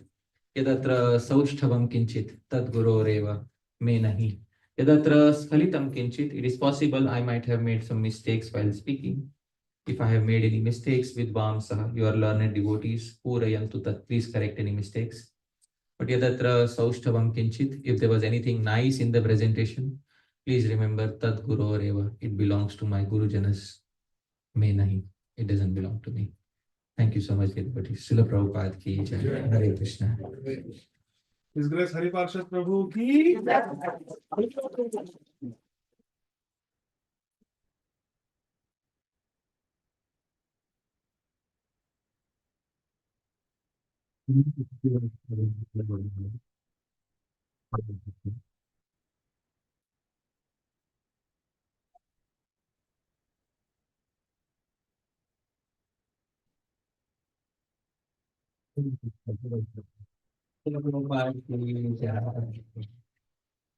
So I'm not sure about time. Do we have time for Q&A? Okay, so we have time for Q&A. Oh, there is Jigyasa. Wonderful. Your good name, Prabhu? Kiran, Prabhu. My name is Kiran. Kiran. Prabhu, when I'm chanting, you said the tripod is there on mouth, ear, and on the mind, right? So when I'm chanting, sometimes I don't speak it. It's more like in the mind itself, I'm chanting and I can concentrate. Now, what is the basic sort of guidelines before I go to rules? I still have to say it so that I can hear it, or I can say or within my own mind and still. Okay, wonderful. So your name is Kiran. Kiran. Kiran Prabhu. I anticipated somebody will ask this question. So here is a slide for the answer. I anticipated. There are 3 types of japa given by previous acharyas. The devotees, please repeat after me.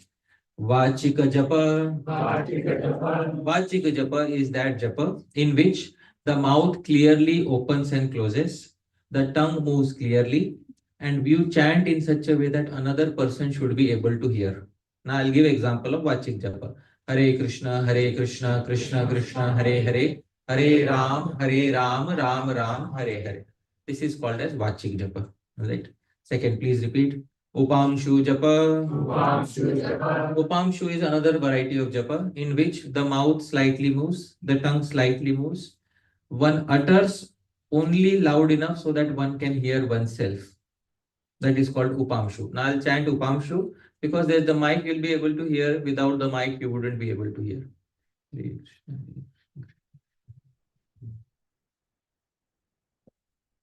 I hope you're able to understand. This is which japa, dear devotees? Upamshu. This is Upamshu japa. Now, third, dear devotees, please repeat. Manasika japa. Manasika japa is when the mouth doesn't open at all. The tongue may not almost move at all.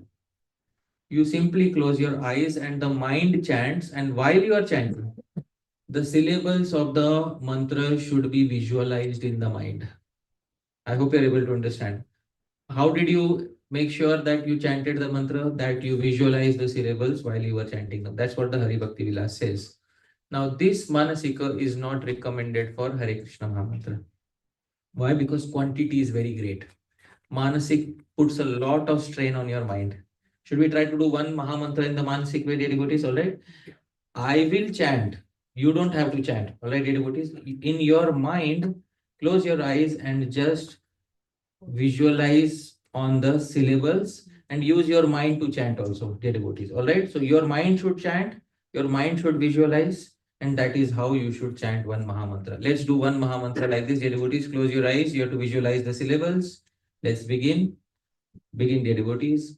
Hare Krishna, Hare Krishna, Krishna Krishna, Hare Hare, Hare Rama, Hare Rama, Rama Rama, Hare Hare. Were you able to see all the syllables? So you have chanted one mantra in which style, dear devotees? Manasik. But you will not, I said, but you don't have to say anything while doing Manasik. This is Manasik Japa. Amongst these 3, it is recommended that Upamshu Japa should be chanted. Who recommends? Previous Acharya, Sri Sanatan Goswami recommends. Sri Sanatan Goswami says, Vachika Upamshu Manasika Bhedena. How many divisions? 3. Trividhasya Japasya Madhya. Amongst these 3 types of Japa, Ishad Oshtha Chalanena, where you move your lips slightly. Shanair Ucharana, where you utter slightly. Upamshu Japo Atra Grahya. Except with Japa, Upamshu Japa as Japa. Why not Vachik and why not Manasik? So he gives the reason. Reason is Vachikasya Kirtanantargatatvat. Vachika japa is also japa, but it is japa mixed with another limb. Which limb is it mixed with? Kirtan. And Manasikasya just Smaranatmakatvat. And he says Manasik is also japa, but it is japa mixed with what? Smaran. So if there is one japa which doesn't have mixture of Kirtan or Smaran, there's only one japa that remains. Which japa remains? Upamshu. Now, mixture doesn't mean impure. I hope you're able to. It's not impure. Even if you chant loudly, Vachik japa is good. But it is japa which has elements of Kirtan. And Mansik has elements of Smaran. So, Upamshu doesn't have elements of Kirtan or Smaran. Therefore, Upamshu is what is recommended by the previous acharyas. Upamshu also helps you focus on your mantra without disturbing another person. So, that is Upamshu. Hare Krishna, Krishna Krishna, Krishna Hare Hare, Hare Ram, Hare Ram, Hare Hare. I hope you are able to understand. Okay, this is Upamshu Japa. Okay, so I hope that clarifies. That clarifies. Wonderful. I'm happy, Prabhu. And take care. Anybody else? Yes, Prabhu. Then we'll come to you. Just extension of that. Hmm. That recommendation is only in the beginning or it is at any stage of progress in Japa? The previous acharyas would, in the beginning, if it is difficult for a person to focus using Upamshu, they can try Vachik. I've heard this argument that because it is difficult to focus the mind on in silent, in soft japa, therefore let's chant loud japa so that we can have focus of mind. But that may work in the beginning. But at the same time, the devotee should also be told that there are better techniques of focusing the mind rather than just loudly chanting. There are better 6 techniques are there for focusing the mind. Why are you just loudly chanting to focus your mind? It's like removing other distractions by creating a new loud voice distraction. I hope you're able to understand. Huh? So we should not try to do that. Instead, attention is the mantra artha chintanam we have to do. So instead of that, we are trying to speak loudly. It's okay if it helps you in the beginning. Whatever helps in the beginning is good. But what is recommended by the acharyas, especially for progressing devotees, is upamshu. Okay? And do as the Guru says. I hope you're able to understand. I'm not for or against. The 3 types of japa have been given by our acharyas only. So who am I to speak against any one type of japa? But manasik acharyas have not recommended for Hare Krishna Mahamantra. Manasik is only for Gayatri, second initiation japa. Okay? Yes, Prabhuji. Your good name, Prabhu? Kartik, Kartik Prabhu. Yes. what is your take on doing japa during other activities, specifically long drive? What is my take on doing japa during these activities, long drive? My honest take on this is that japa has a requirement of being attentive. And Kirtan, more or less, is a little flexible in that regard. So, if you have completed your stipulated number of rounds in the morning, and if you are free, why not do Kirtan instead of Japa? I hope you're able to understand. Because Kirtan has equal or greater potency than Japa. You're driving a car, might as well sing while driving. So, Kirtan is at any point of time, Kirtan is the Yuga Dharma, and therefore we should perform Kirtan. But if your rounds are remaining, and sometimes that is what happens, if your rounds are remaining and people are chanting while driving a car. Now I understand sometimes devotees are very busy and they may have to do that, but it is not the most ideal situation. I'll be very honest about it. It is not the most ideal situation to do because no previous acharya, neither Srila Prabhupada you will not see Srila Prabhupada doing such a thing. Sometimes devotees are pressed in time, so they sometimes have to do. Finally, there are no hard and fast rules. But does it mean that I do Shirshasana and chant Hare Krishna?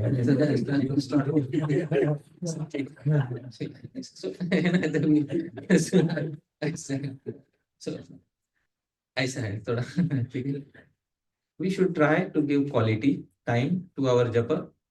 Sometimes it happens that we are so busy that it's not possible to give time even to those 16 rounds. Then what to do?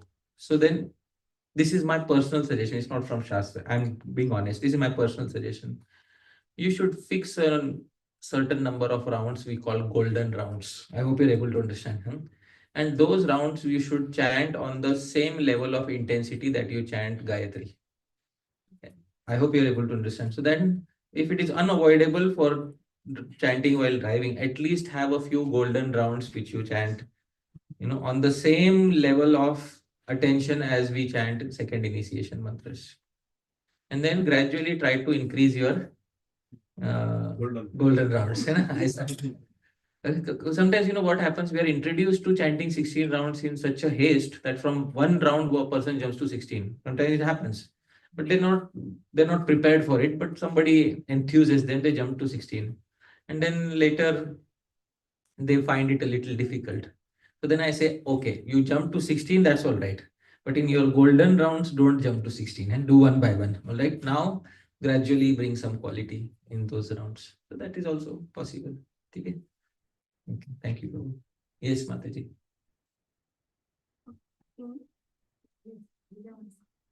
Sorry. Yeah. Hare Krishna ji. I have one question, which is like, this japa has to be, you just have to be sitting in one place and doing the japa, or you can walk and do japa, or what is your? Mataji, there are no hard and fast rules. Many times we see Srila Prabhupada also walking on the beach and doing japa. So there you can walk and do japa. But most important condition, attention should be there, affection should be there. And if attention is there, then you can also walk and do japa. No problem in that. Ideal condition is to sit at one place and do it. But it is, as I said, there are no hard and fast rules. Ideal recommendation is to sit at one place. If that is not possible, because sometimes there may be backache, sometimes, there may be a lady who is expecting a child, she can't sit in one place and chant 16 rounds. So whatever. Ideal is to sit in one place. If you can't sit at one place, you can walk and do japa. But whatever is easily possible. Question is like, you should finish all the 16 rounds, or it can be like broken up, like sometimes like 8 or 10 in the morning and later. Recommendation is to chant early morning, okay, because it's free of disturbance. But if it is not possible for some reason, maybe there are small kids in the home who need attention, so it may not be possible to sit in one stretch and do 16 rounds. So then Prabhupada often said divide in groups of 4. Sometimes Srila Prabhupada divide in groups of 4 and do it. It's easier said than done. It looks so nice when you make a schedule. 4 rounds in the morning, 4 rounds in the afternoon, 4 rounds in the evening. It doesn't work that way. Life is not fair, and japa doesn't happen that way. But if it is required, you can also break it down, but that is not the ideal recommendation. Ideal recommendation is Brahme Muhurta Utthaya, wake up in Brahma Muhurta, Krishna Krishna iti Kirtan, chant Krishna Krishna, perform Kirtan, perform Japa with least disturbance. And affection is most important, very important. So I hope that answers your query. Okay. Yes, Mataji. Acha.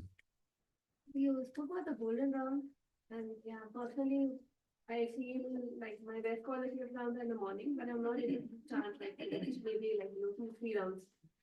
The rest, if I have to do later, I get sleepy. So, is there any method to like conquer that sleep? I didn't. So you are able to chant how many rounds in the morning? Maybe 3-4, 3, 4. Yeah, and then after sending kids to school and after all the morning chores, I have time to myself. I'm alone. So that's why when I chant, I get sleepy. Acha, after sending the kids to school. Yeah. Okay, you get sleepy. Yeah, and then at that time, how to conquer sleep? Because that doesn't happen in the early morning before I. Okay. So maybe your sleep cycle is such that early morning sleep doesn't make its effect felt present. But after you've put in a little effort to send the kids to school, then the sleep starts taking over. I understand, because you have to prepare so much in the morning, you may not be able to chant at one time 16 rounds. If you're feeling very sleepy, sometimes I do one thing. This is called a cat nap. You know what's a cat nap? For 15 minutes you take rest and then wake up and then chant your rounds. So then you won't feel sleepy. So sometimes you can take a cat nap. And 15 minutes should be strict. If you don't fall asleep, still after 15 minutes you should wake up. I hope you're able to understand, because for falling asleep we wait for half an hour. So that should not happen. It should be power nap, whatever they call now. In Sanskrit says Shwan Nidra. That was in Sanskrit says dog nap. It says, but it's a cat nap. Well, let me be more polished word. Cat.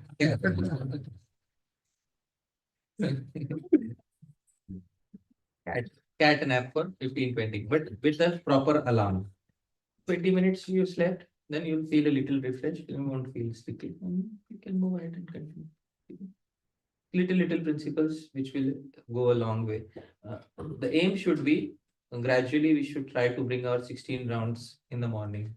Gradually, not artificially, gradually. Try to bring 16 rounds in the morning with attention, good focus.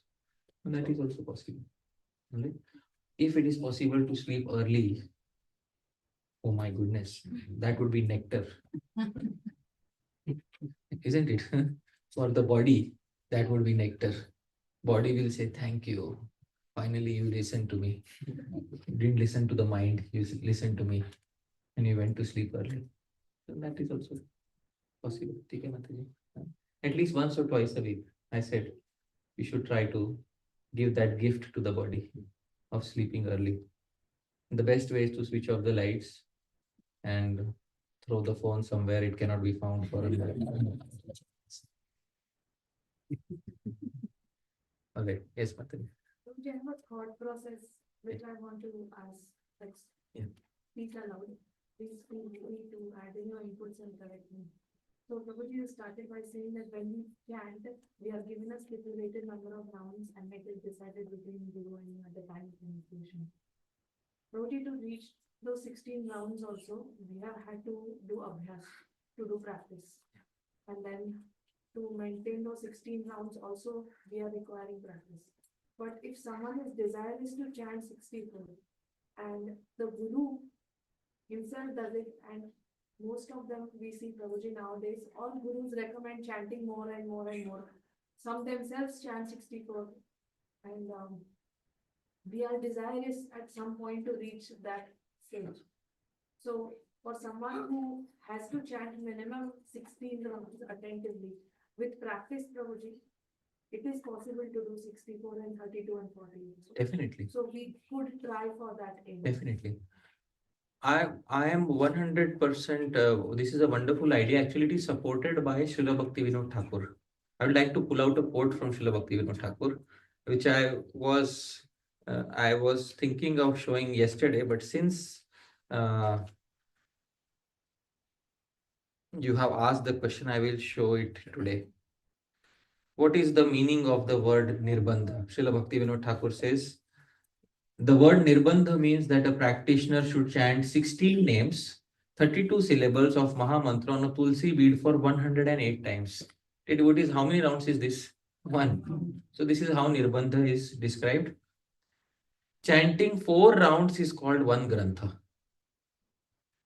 So nirbandha is 1 round, 4 rounds is grantha. One should start with 1 grantha. Like that's how he recommended his disciple, 4 rounds. One should start with 1 grantha and gradually increase the number to 16 grantha or 64 rounds. That will make a prescribed number of 100,000 holy names. By gradually increasing the number of chanting the holy names to 300,000 times, one will spend his entire time simply in chanting the holy names.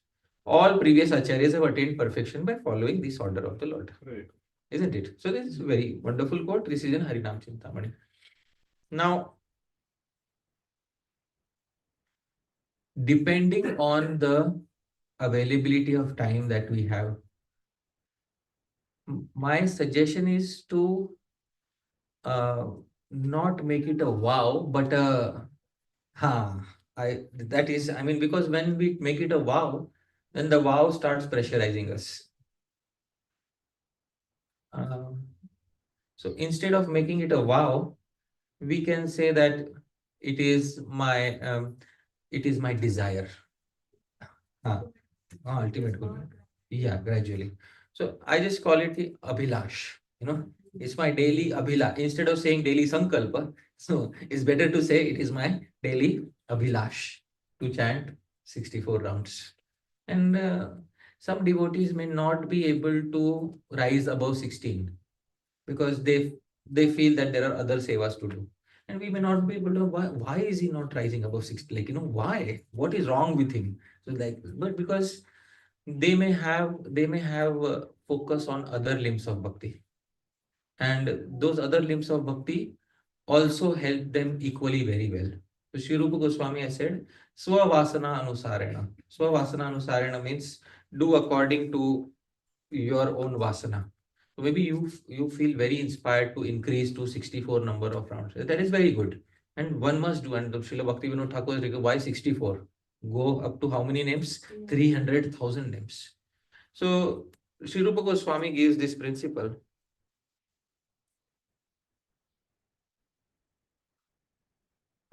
Here it is. Let's repeat the verse. Sa bhakti rekha mukhyanga. Srita naikangikathava. Sa bhakti, bhakti ek mukhya anga. You can perform by taking shelter of how many limbs? One. Now your thought process, Mataji, is I will take shelter of one limb. Because once you decide 64 rounds or it means you have made it clear. Anyway, once anybody decides 64 rounds, they have made it clear that they are going to take shelter of primarily how many limbs? One. Or Shrita Anek Angikathava. There's some other devotees who decide Anek Anga. Now, how do we decide who should take shelter of one limb, who should take shelter of many limbs? What is the deciding factor? Next line, Sri Rupa Goswami says, Swavasananusarena Nishthatah siddhikrit bhavet. Swavasana anusarena. That according to an individual's vasana, innate devotional tendencies, nishtha, keep nishtha in your respective limbs of bhakti. Siddhikrit, that will give perfection. Bhavet. So, if a devotee has that nishtha, that by performing more Harinam, I will come closer to Bhagavan. Wonderful. They should do it by all means. Recommendations are there. Chant with attention, chant with affection. Please try not to bring inattention into, because sometimes it becomes a number game.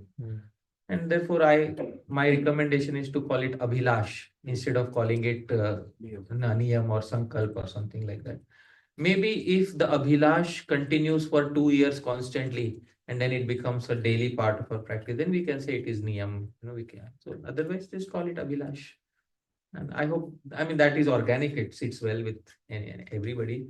And the devotee is also able to do that nicely. So I hope that. Yes. Okay. Sure. According to your vasana, what if a devotee doesn't have another vasana? He just works and he just chants. And what if they come to us and they ask that what is I am not able to, I want to do more devotional practice, but I'm not good in any other fields. I have no other vasana. Is it okay to recommend them to increase their practice? Of course. Because Japa? they Because they have no other vasanas, or they don't want to do deity worship or hearing or preaching. Then it is okay to recommend to increase their rounds. Wonderful. So you are simply encouraging them in their vasana. They are saying, I don't have any other bhakti vasana from previous inclinations. I don't feel vasana for studying Bhagavatam. I don't feel vasana for doing any deity worship. So my vasana is simply for Japa. Then we encourage them in that way. No, their vasana is not also for Japa, but 16 rounds they are doing, but they have no other vasana. Oh. And they're just working, enjoying, doing their activities, and they're chanting 16 rounds. Okay. So then they need sadhu sangha. Then they need to come in contact with a sadhu. And meanwhile, we can encourage them to increase their rounds. But ultimately, there will be some vasana which a sadhu can plant in them if they don't have an existing vasana from. Because everybody needs to follow a certain innate tendency in order to progress. Self-motivation is needed. So self-motivation happens when there is vasana from previous lives. But if that is not present, at least let vasana be planted in this life. But that happens not by self-effort, but by association with the sadhu. By seeing the sadhu's vasana, then their vasana also flares up. And then many people start chanting more because they have seen a sadhu chant more. Like, by seeing a sadhu who was chanting a lot of japa, they said, we should chant a lot of japa. By seeing a sadhu who read Srimad Bhagavatam through in and out, they say, we want to read Srimad Bhagavatam in and out. Swavasana. Sometimes we don't have a particular taste, so a sadhu induces that taste within our heart. That is also possible. We can give them a recommendation, increase your japa. Let's say if they say, okay, I tried, but it is not sitting well with me. I feel that, I'm just okay with 16. So then we say, all right, do 16 minimum, but at least associate with the sadhus now, try to find out if you have any particular inclination which a sadhu can bring in your heart. Intrinsic. I hope that looks well. Thank you. Okay. Yes, Mataji. Mentioned the 6 recommendations.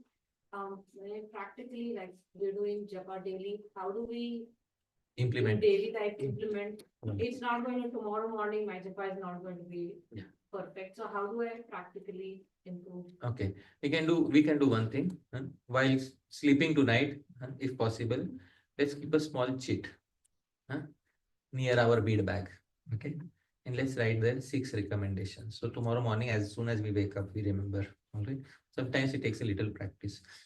You do it for a certain number of days, it becomes an innate part of your system. After waking up, first thing, Kirtan. Immediately after waking up, first thing, Kirtan. Krishna, Krishna, Krishna, Krishna, Krishna, Krishna, Krishna, Hare. Pure or impure, whatever state of body, first thing, Kirtan. And then gradually, then after waking up, then we go to the shower, right? While showering, we also chant this same thing. After coming out, then we wear fresh set of clothes. Then we take the bead bag. We sit down. Before sitting down, is there any mental disturbance? If not, then we can start. If there is heavy mental disturbance, then we can perform one thing. What is that? Pranayama. So if on most days pranayama may not be required, mind is relatively peaceful. So then once think of the meaning of the mantra, keep it on the back of your mind. Then Jai Shri Krishna Chaitanya, Prabhu Nityananda, Shri Advaita Gadadhar, Vivasadi Gaura Bhaktivinoda, Hare Krishna, Hare Krishna, Hare Ram, Hare Ram. Like this. It's not, it won't take half an hour, to ensure also. It's just part of your daily routine. You have to ensure a few things. I think it's okay. So sometimes I used to put a chit besides my, Japamala, because I wake up early morning. I forgot sometimes. So I used to put a chit and then remember some of these things. And then singing Kirtan, slow singing of Kirtan while taking a shower, all of these things. We can try to do, but I told you, these are recommendations. It should become a natural part of our life. Not that we are forcing every day, oh, you forgot. It's not like that. Recommendations. Try to internalize, okay, as much as possible.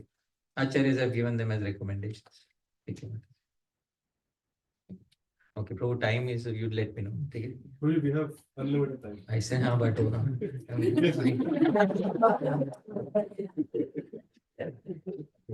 Hare Krishna. So when I'm doing my japa in the morning, I have a little area. When I'm not walking around, I have one little area to sit in. In the area, I have the Bhagavatam set there with all the cantos, and then I have one picture of Srila Prabhupada, one picture of Sri Sri Gaurnita, and one picture of the Vrindavan Radha and Sham Sundar. Is there anything else I should keep by to help me focus more? Because when I usually close my eyes, but when I open my eyes, I want to see something that helps me also focus on Krishna. all right. It is, since there are no hard and fast rules, you can keep a certain painting, a photograph, a picture to help focus. Ideally, a photograph should remind us of the meaning of the Mahamantra. That is what is ideally recommended, because there are 2 personalities in the Mahamantra. Who are the 2 personalities? Radha and Krishna. So ideally, when you look at a painting, we should remember Hare Krishna. And when you're looking at Radha Krishna and you say Hare Krishna, it is very organic, it is natural. Right? But if you're looking at, let's say, some other deity, and then you're chanting Hare Krishna, your mind has to go through a diversion in order to come to the meaning. Finally, the meaning should be situated in the subconscious mind. That is what Japa is. So, previously, 3, 4, 500 years ago, there were no photographs. The acharyas would sit in a room. I don't know if you've gone to Radha Shyam Sundar Mandir, there is that gufa, bhajan kutir underneath. There is nothing. So there is no painting there, nothing there. Just focusing on the sound vibration and the meaning. So ultimately, we should learn to focus simply on the sound vibration and the inherent meaning. That is what the previous acharyas have recommended. But if it is helping you right now, by all means, try to do it. Ultimately, try to come to the standard that the previous acharyas have recommended. No problem. My recommendation is Radha Krishna painting because it aligns with the meaning of the Mahamantra. That is my recommendation. All right. Thank you. Yes, Mataji. Question is on the fourth point, mantra, Yeah. you mentioned consciousness and subconsciousness. Consciousness is hearing. Can you elaborate on that subconsciousness? How do we do that, or what are the tips? All right. See, actually, subconscious mind requires a little, to put something in the subconscious mind requires a little bit of affection. You can't force something in the subconscious mind. For example, a parent whose child has just left for college, and they, after so many years staying at home, the child just left for college and now they're not going to see their child for so many months. So the parent may be working, doing so many things, speaking, but in the subconscious mind, there is the memories of the child going on. So that requires that affection. You see, similarly, to have that feeling, please engage me in your service, is not a mechanical feeling, technically speaking. It's a product of affection. And you can't just mechanically say, please engage me in your service.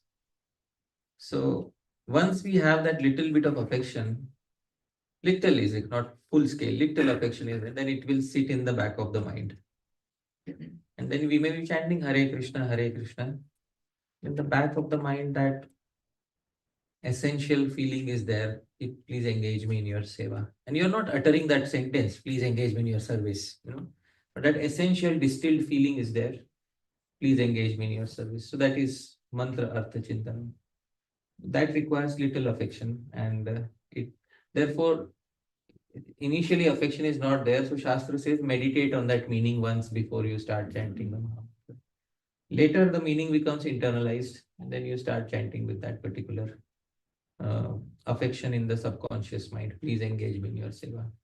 So that is, I hope that answers your query.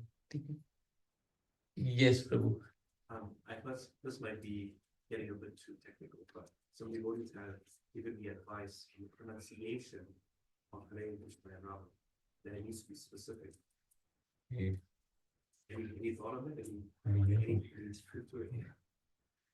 There are two truths to it.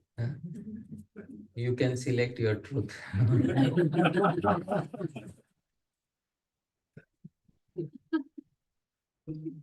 So first, I will speak as a grammarian, right? Then I will speak as a Vaishnava. Okay, because somebody like asked on Narsimha Chaturdashi. So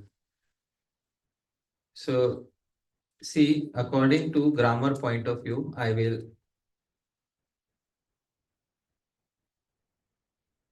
specify what is the pronunciation. So Rama is very simple, just as Bhagwan Ram is very simple, but Krishna is a difficult pronunciation, just as Krishna is a difficult person. That's all. The name and the person are not different. So most people, when they chant Krishna, so they chant like the E. So E is a vowel. But that is not the exact pronunciation of the name. Because a vowel you should be able to extend infinitely. Please sing with me. So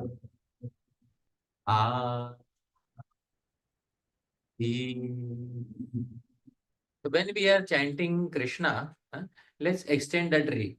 Kri. At the end, we are hearing E.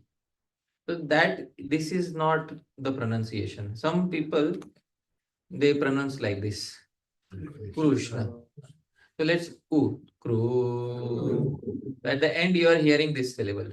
But it is neither Kri nor Kru. So devotees, please. Krr.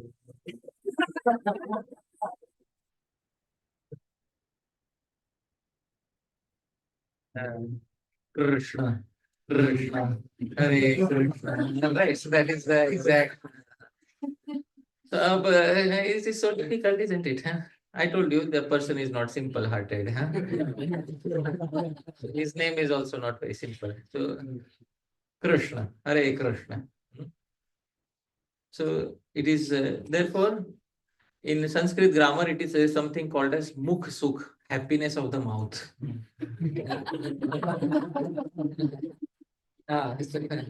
So for mukh sukh, for happiness of the mouth, we just make it Krishna.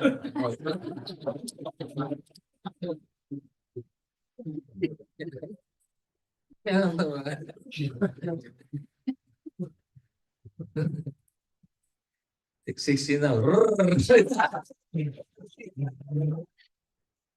16 rounds now.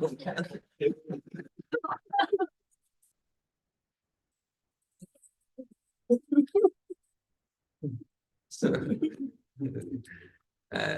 so there's also, because there's also a verse in the 6th canto of Srimad Bhagavatam, which I'd like to show, which Sri Jiva Goswami quotes. This is in the Vritrasur incident.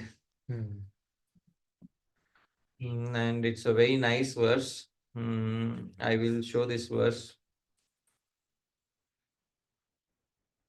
Yeah, here it is. Please repeat after me. Mantrohina swarato varnato va mithya prayukto na tamarthamaha savak vajro yajamanam hinasti yathendra shatru swarato paradha. This is from the commentary of Srila Sridhar Swami to Srimad Bhagavatam 6.9.11. Is quoted this verse. Sri Jiva Goswami also quotes this. Mantro hinaha. If a mantra is devoid of swarato, a particular vowel, isn't it? A proper vowel. Varnato, or sometimes the syllables are missing altogether. Mithya prayukto, uselessly uttered. Na tamarthamaha, will not give the desired result. Savag vajro, it is like a weapon. Yajamanam hinasti, which may harm the chanter. Yathendra shatruhu swarato paradha, just as when instead of the Vritrasur killing Indra, Indra ended up killing Vritrasur because of incorrect pronunciation. Now this is about Vedic mantras. I hope you're able to understand. This is about which mantras? Vedic mantras. So in the Rig Veda, Sam Veda, Yajur Veda, Atharva Veda, you have to be very careful. You can't do Krishna or Krushna. That will be. Therefore, Vedas are not meant for most of the population in this world. They're not supposed to chant the Vedas. Because one slight error, and that too, it was in pitch. Indra Shatru, and then Indra Shatru, instead of Indrasya Shatru, Indra's enemy, it became Indra Shatru Ryasya. Indra is whose enemy. So instead of Vritrasur killing Indra, Indra ended up killing Vritrasur. So that is what happened. So this was Vedic mantra. Now let's come to Harinam. Regarding Harinam, it is specified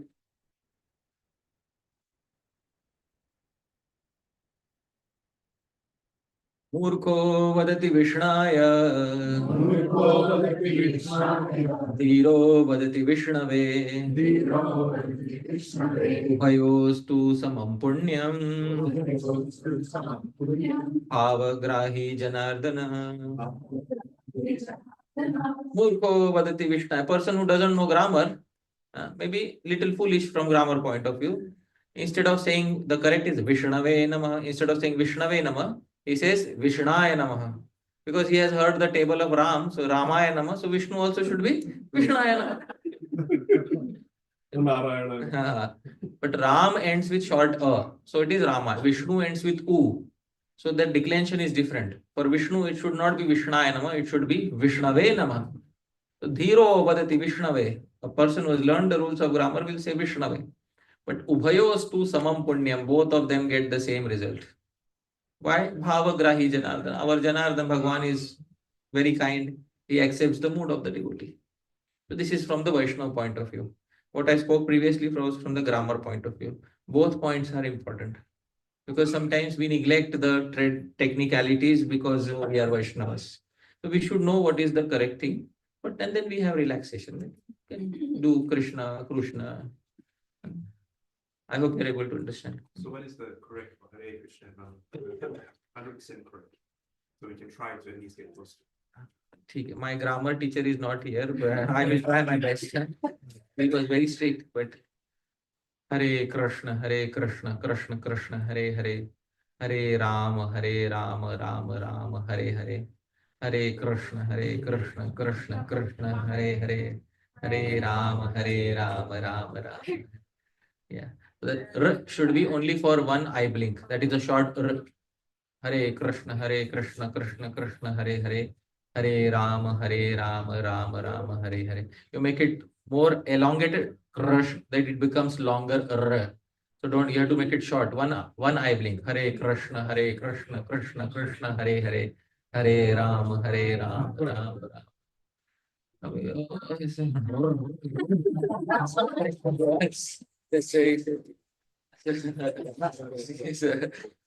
Mukh Sukh. You know what is Mukh Sukh? Mouth should also feel happy. Hare Krishna, Krishna Krishna, Hare Hare.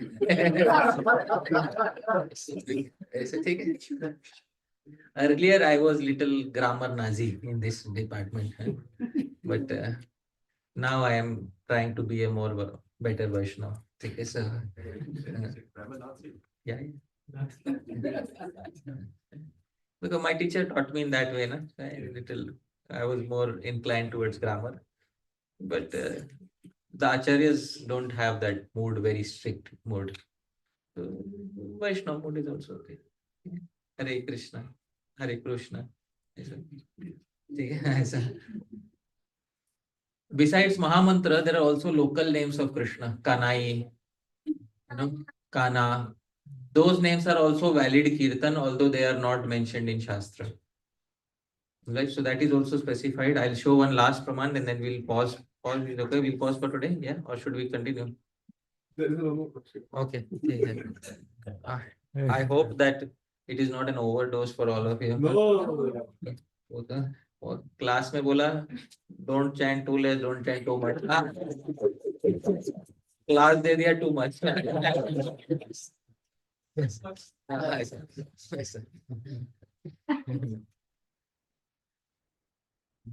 This Parshad Prabhu is a Sanskrit teacher. He has learned Sanskrit for 12 years. And he is The traditional way. in the traditional way, and he's a Sanskrit teacher, and he has GDC Shastri. That's why he's saying my grammar teacher, because some people were not understanding. Okay, yeah, I'm sorry. In my childhood, I had a grammar teacher. He was very strict. He used to carry a stick in his hand. That's how I learned. Now I can't teach others using this technique. In Marathi we say की गेले त्या दिवस आणि राहिल्या त्या आठवणी. You know, those days are gone. Only the memories remain. Bad memories or good whatever. So हाँ ऐसे ही होता था ना. हाँ छड़ी भी नहीं है, विद्या भी नहीं है. There is a praman. Shrinvan subhadrani rathangapaner janmani karmani cha yani loke. Loke, Sri Vishwanath Chakravarti Thakur says, even those names which are popular in Loka. Nama, Gitani Namani, the songs and names of Bhagwan which are popular even in Loka. So Sri Vishwanath Chakravarti Thakur gives example, Kanai. So like Kanaiya, all these names are also valid names of Bhagwan. They are valid in Loka. But Mahamantra is from the Shruti Smriti. It's given in both places. One last query from Anvika. Anvika. Probably no class here is complete without Anvika's query.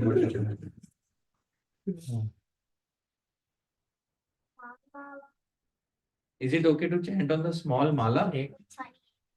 I don't think it's 28. It's supposed to be 28. Yeah, 20. 20. 27 into 4 is 108. Huh? So 27 should be. You check. All right. All right. Okay, no problem. But if Maybe she's counting the middle money. you should not count on the main big bead. Okay. Then there should be 27. Okay. But anyways, since you are growing up, you can take a mala according to your size. 20. There are no hard and fast rules. Okay. But there's one thing. If you chant in multiples of 108. I hope you're able to understand. So if you would have had a mala of 108 beads, you would have chanted one round. But on 27 beads, you have to chant how many rounds? One. I hope you're able to understand. So make sure that you do at least 108. Nirbandha. Nirbandha. One nirbandha should be done. All right. Whether you count it 4 times or you count it one time on 108 mala, that's all right. Okay. Yeah, okay, Mataji. Just got a question. This 108. Does it apply to Gayatri also? Regarding Gayatri, I will show you the praman which is given in Hari Bhakti Vilas. In the Hari Bhakti Vilas, there is a praman about Gayatri.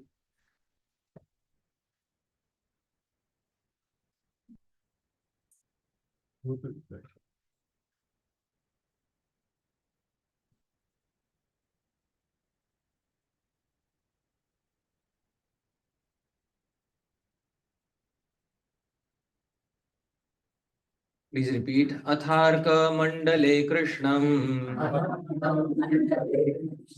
Dhyatwaitam Dashadha Jape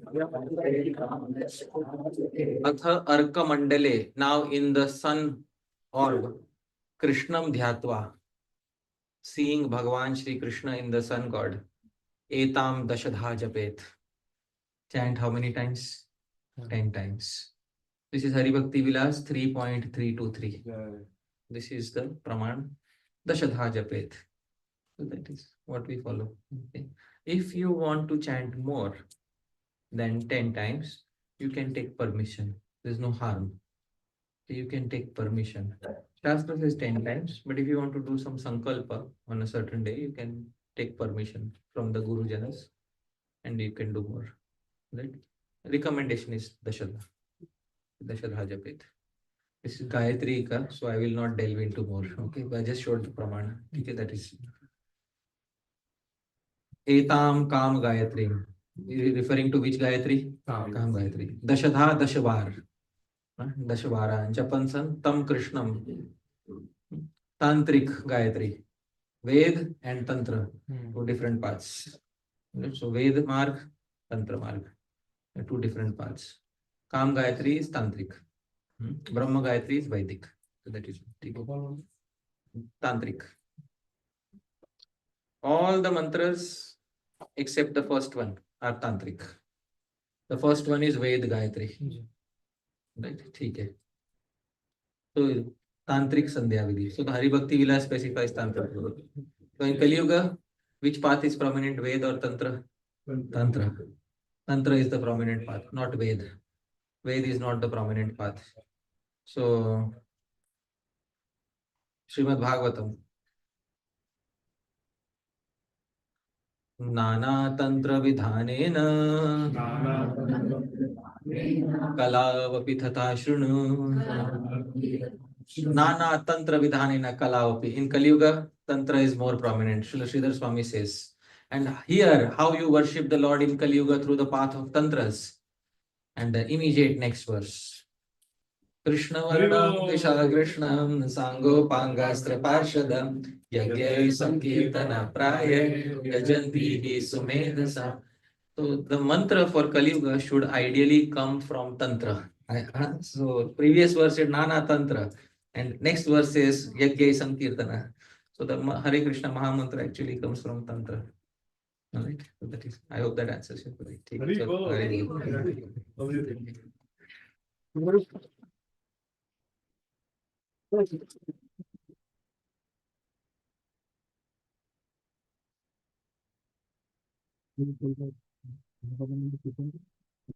We can do, but is it not getting late for people? Friday, catch? Friday. Oh, ठीक है. But जल्दी सोना भी तो है ना, हाँ? तो 5-10 मिनट करते, ठीक है? 5-10 minute. Karthik Prabhu will do. Wonderful. Karthik Prabhu. With the proper pronunciation. हाँ.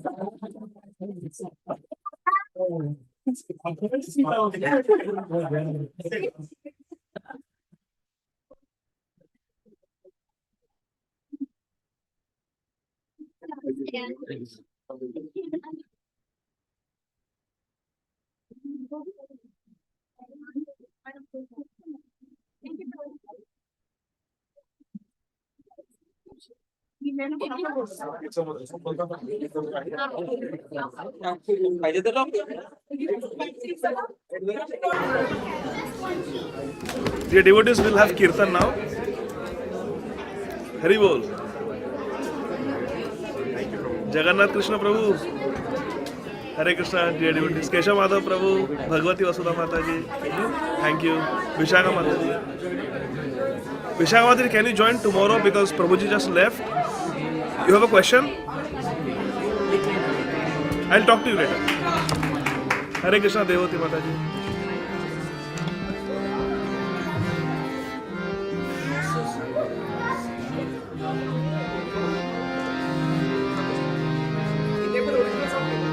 I just do.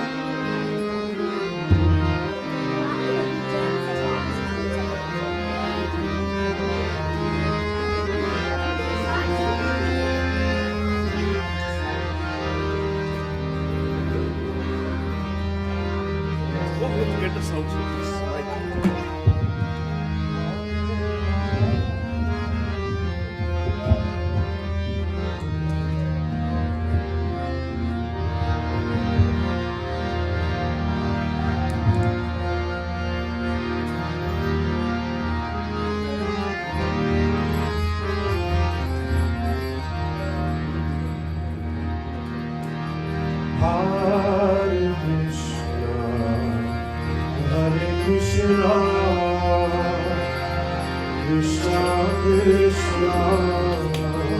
Hare Rama,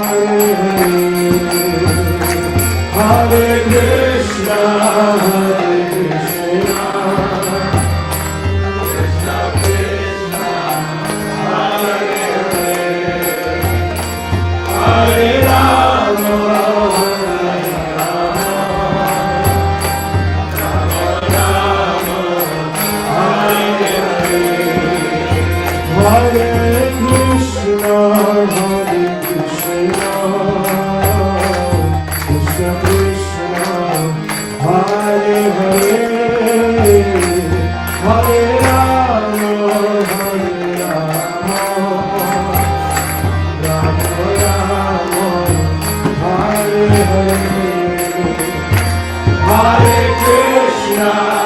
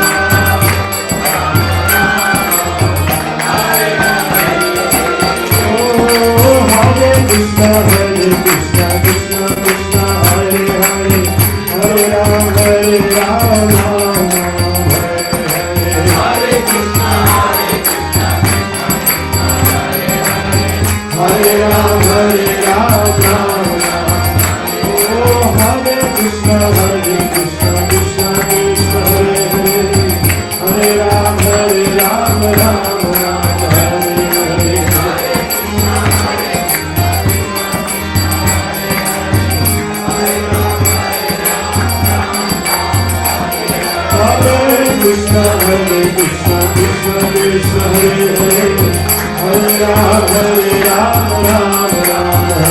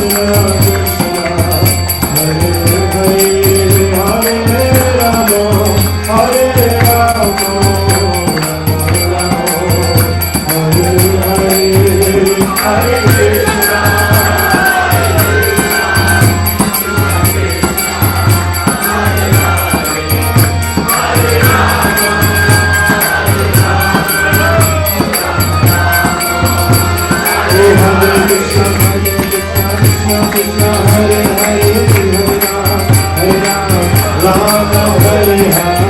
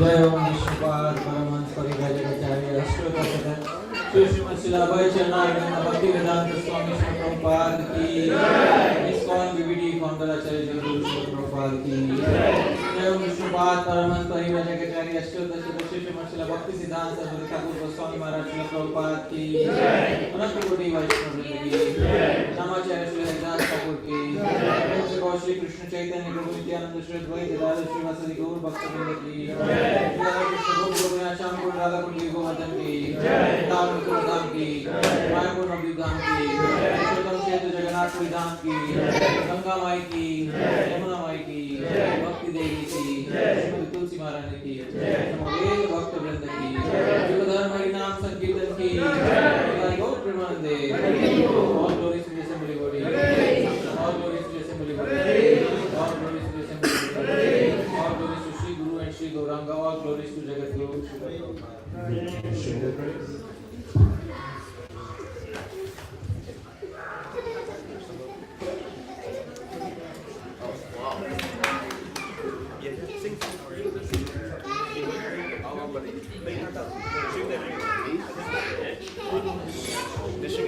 Hare Krishna.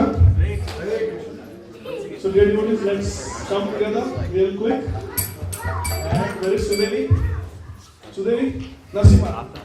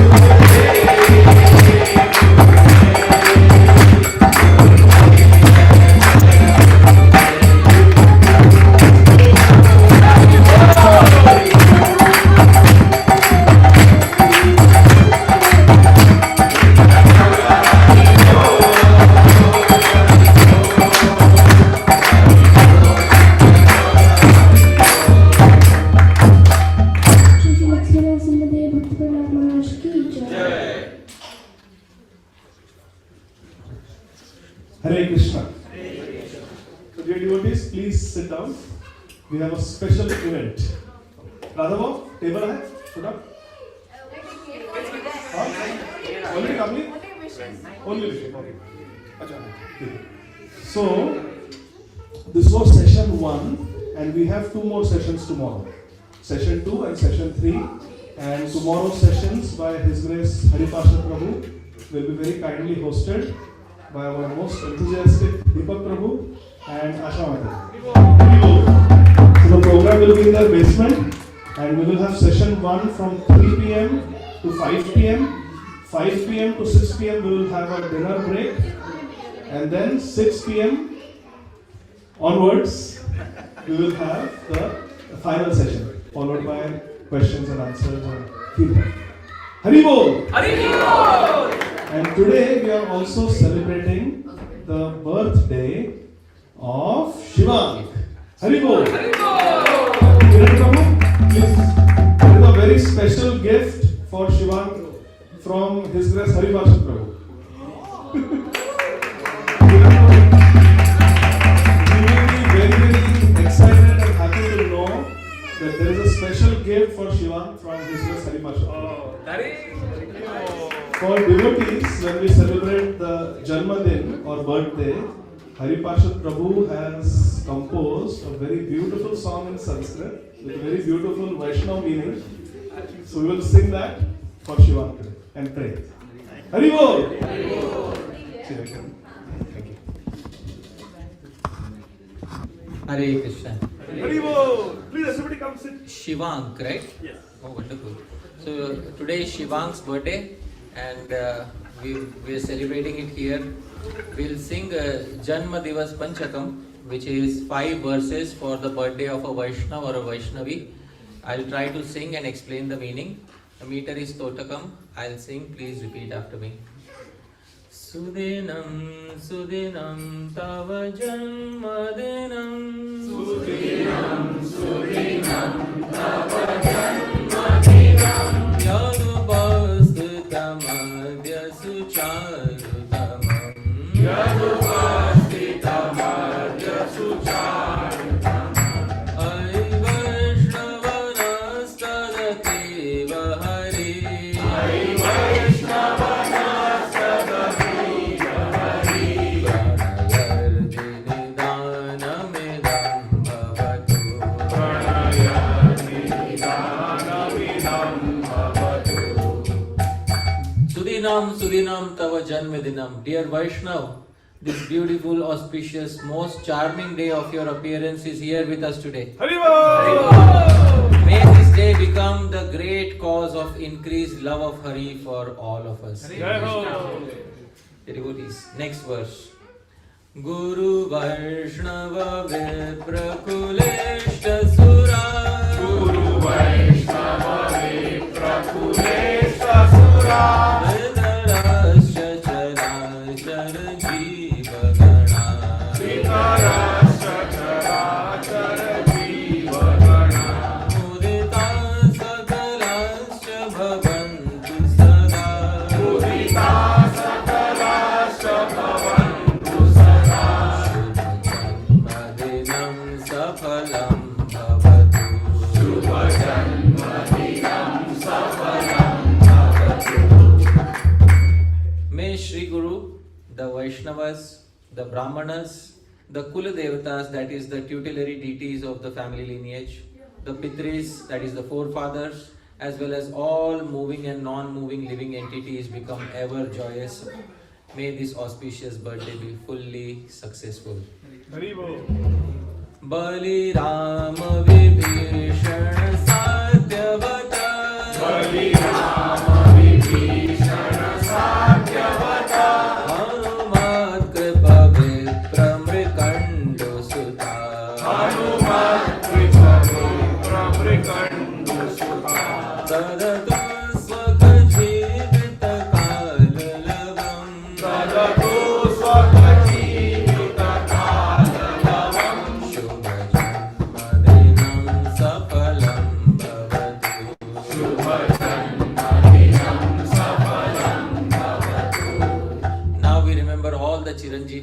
long-lived ones.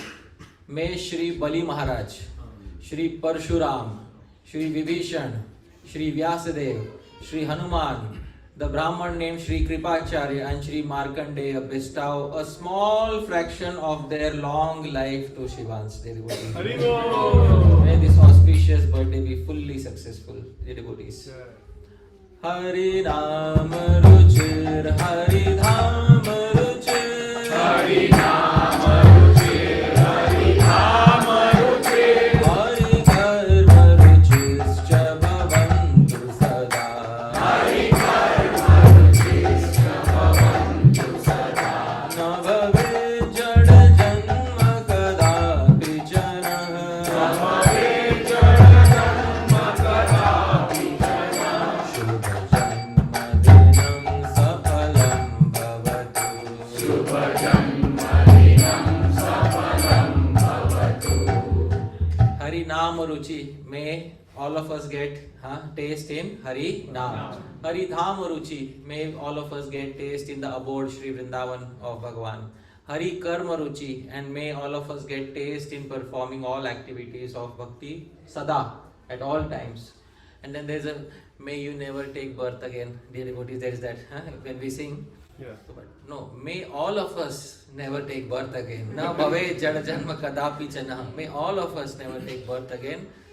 Shubha janmadinam safalam bhavatu. May this birthday be fully successful. Dear devotees, final verse. Avadhuta gadadhar gaura hare, Avadhuta gadadhar gaura hare, Vrishabhanusute giriraj sakhe, Vrishabhanusute giriraj sakhe, Guru varga kripam kurutadyamura, Guru varga kripam kurutadyamura, Shubha janmadinam safalam bhavatu, Shubha janmadinam safalam bhavatu.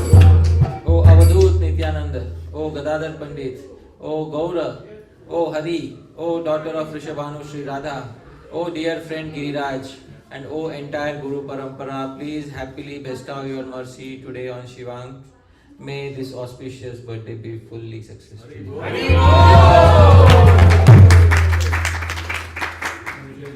Haribol. Thank you so much, Hari Parshad.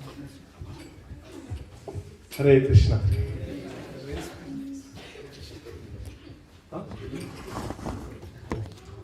Hare Krishna. Okay, so now for the final part of the program, who wants to sing the Prasadam prayer? All the kids together. You sing? Okay. Mahi will sing the Prasadam prayers. And then we'll have Prasadam. Mahaprasade Govinde Mahaprasade Govinde Namo Brahmane Vaishnave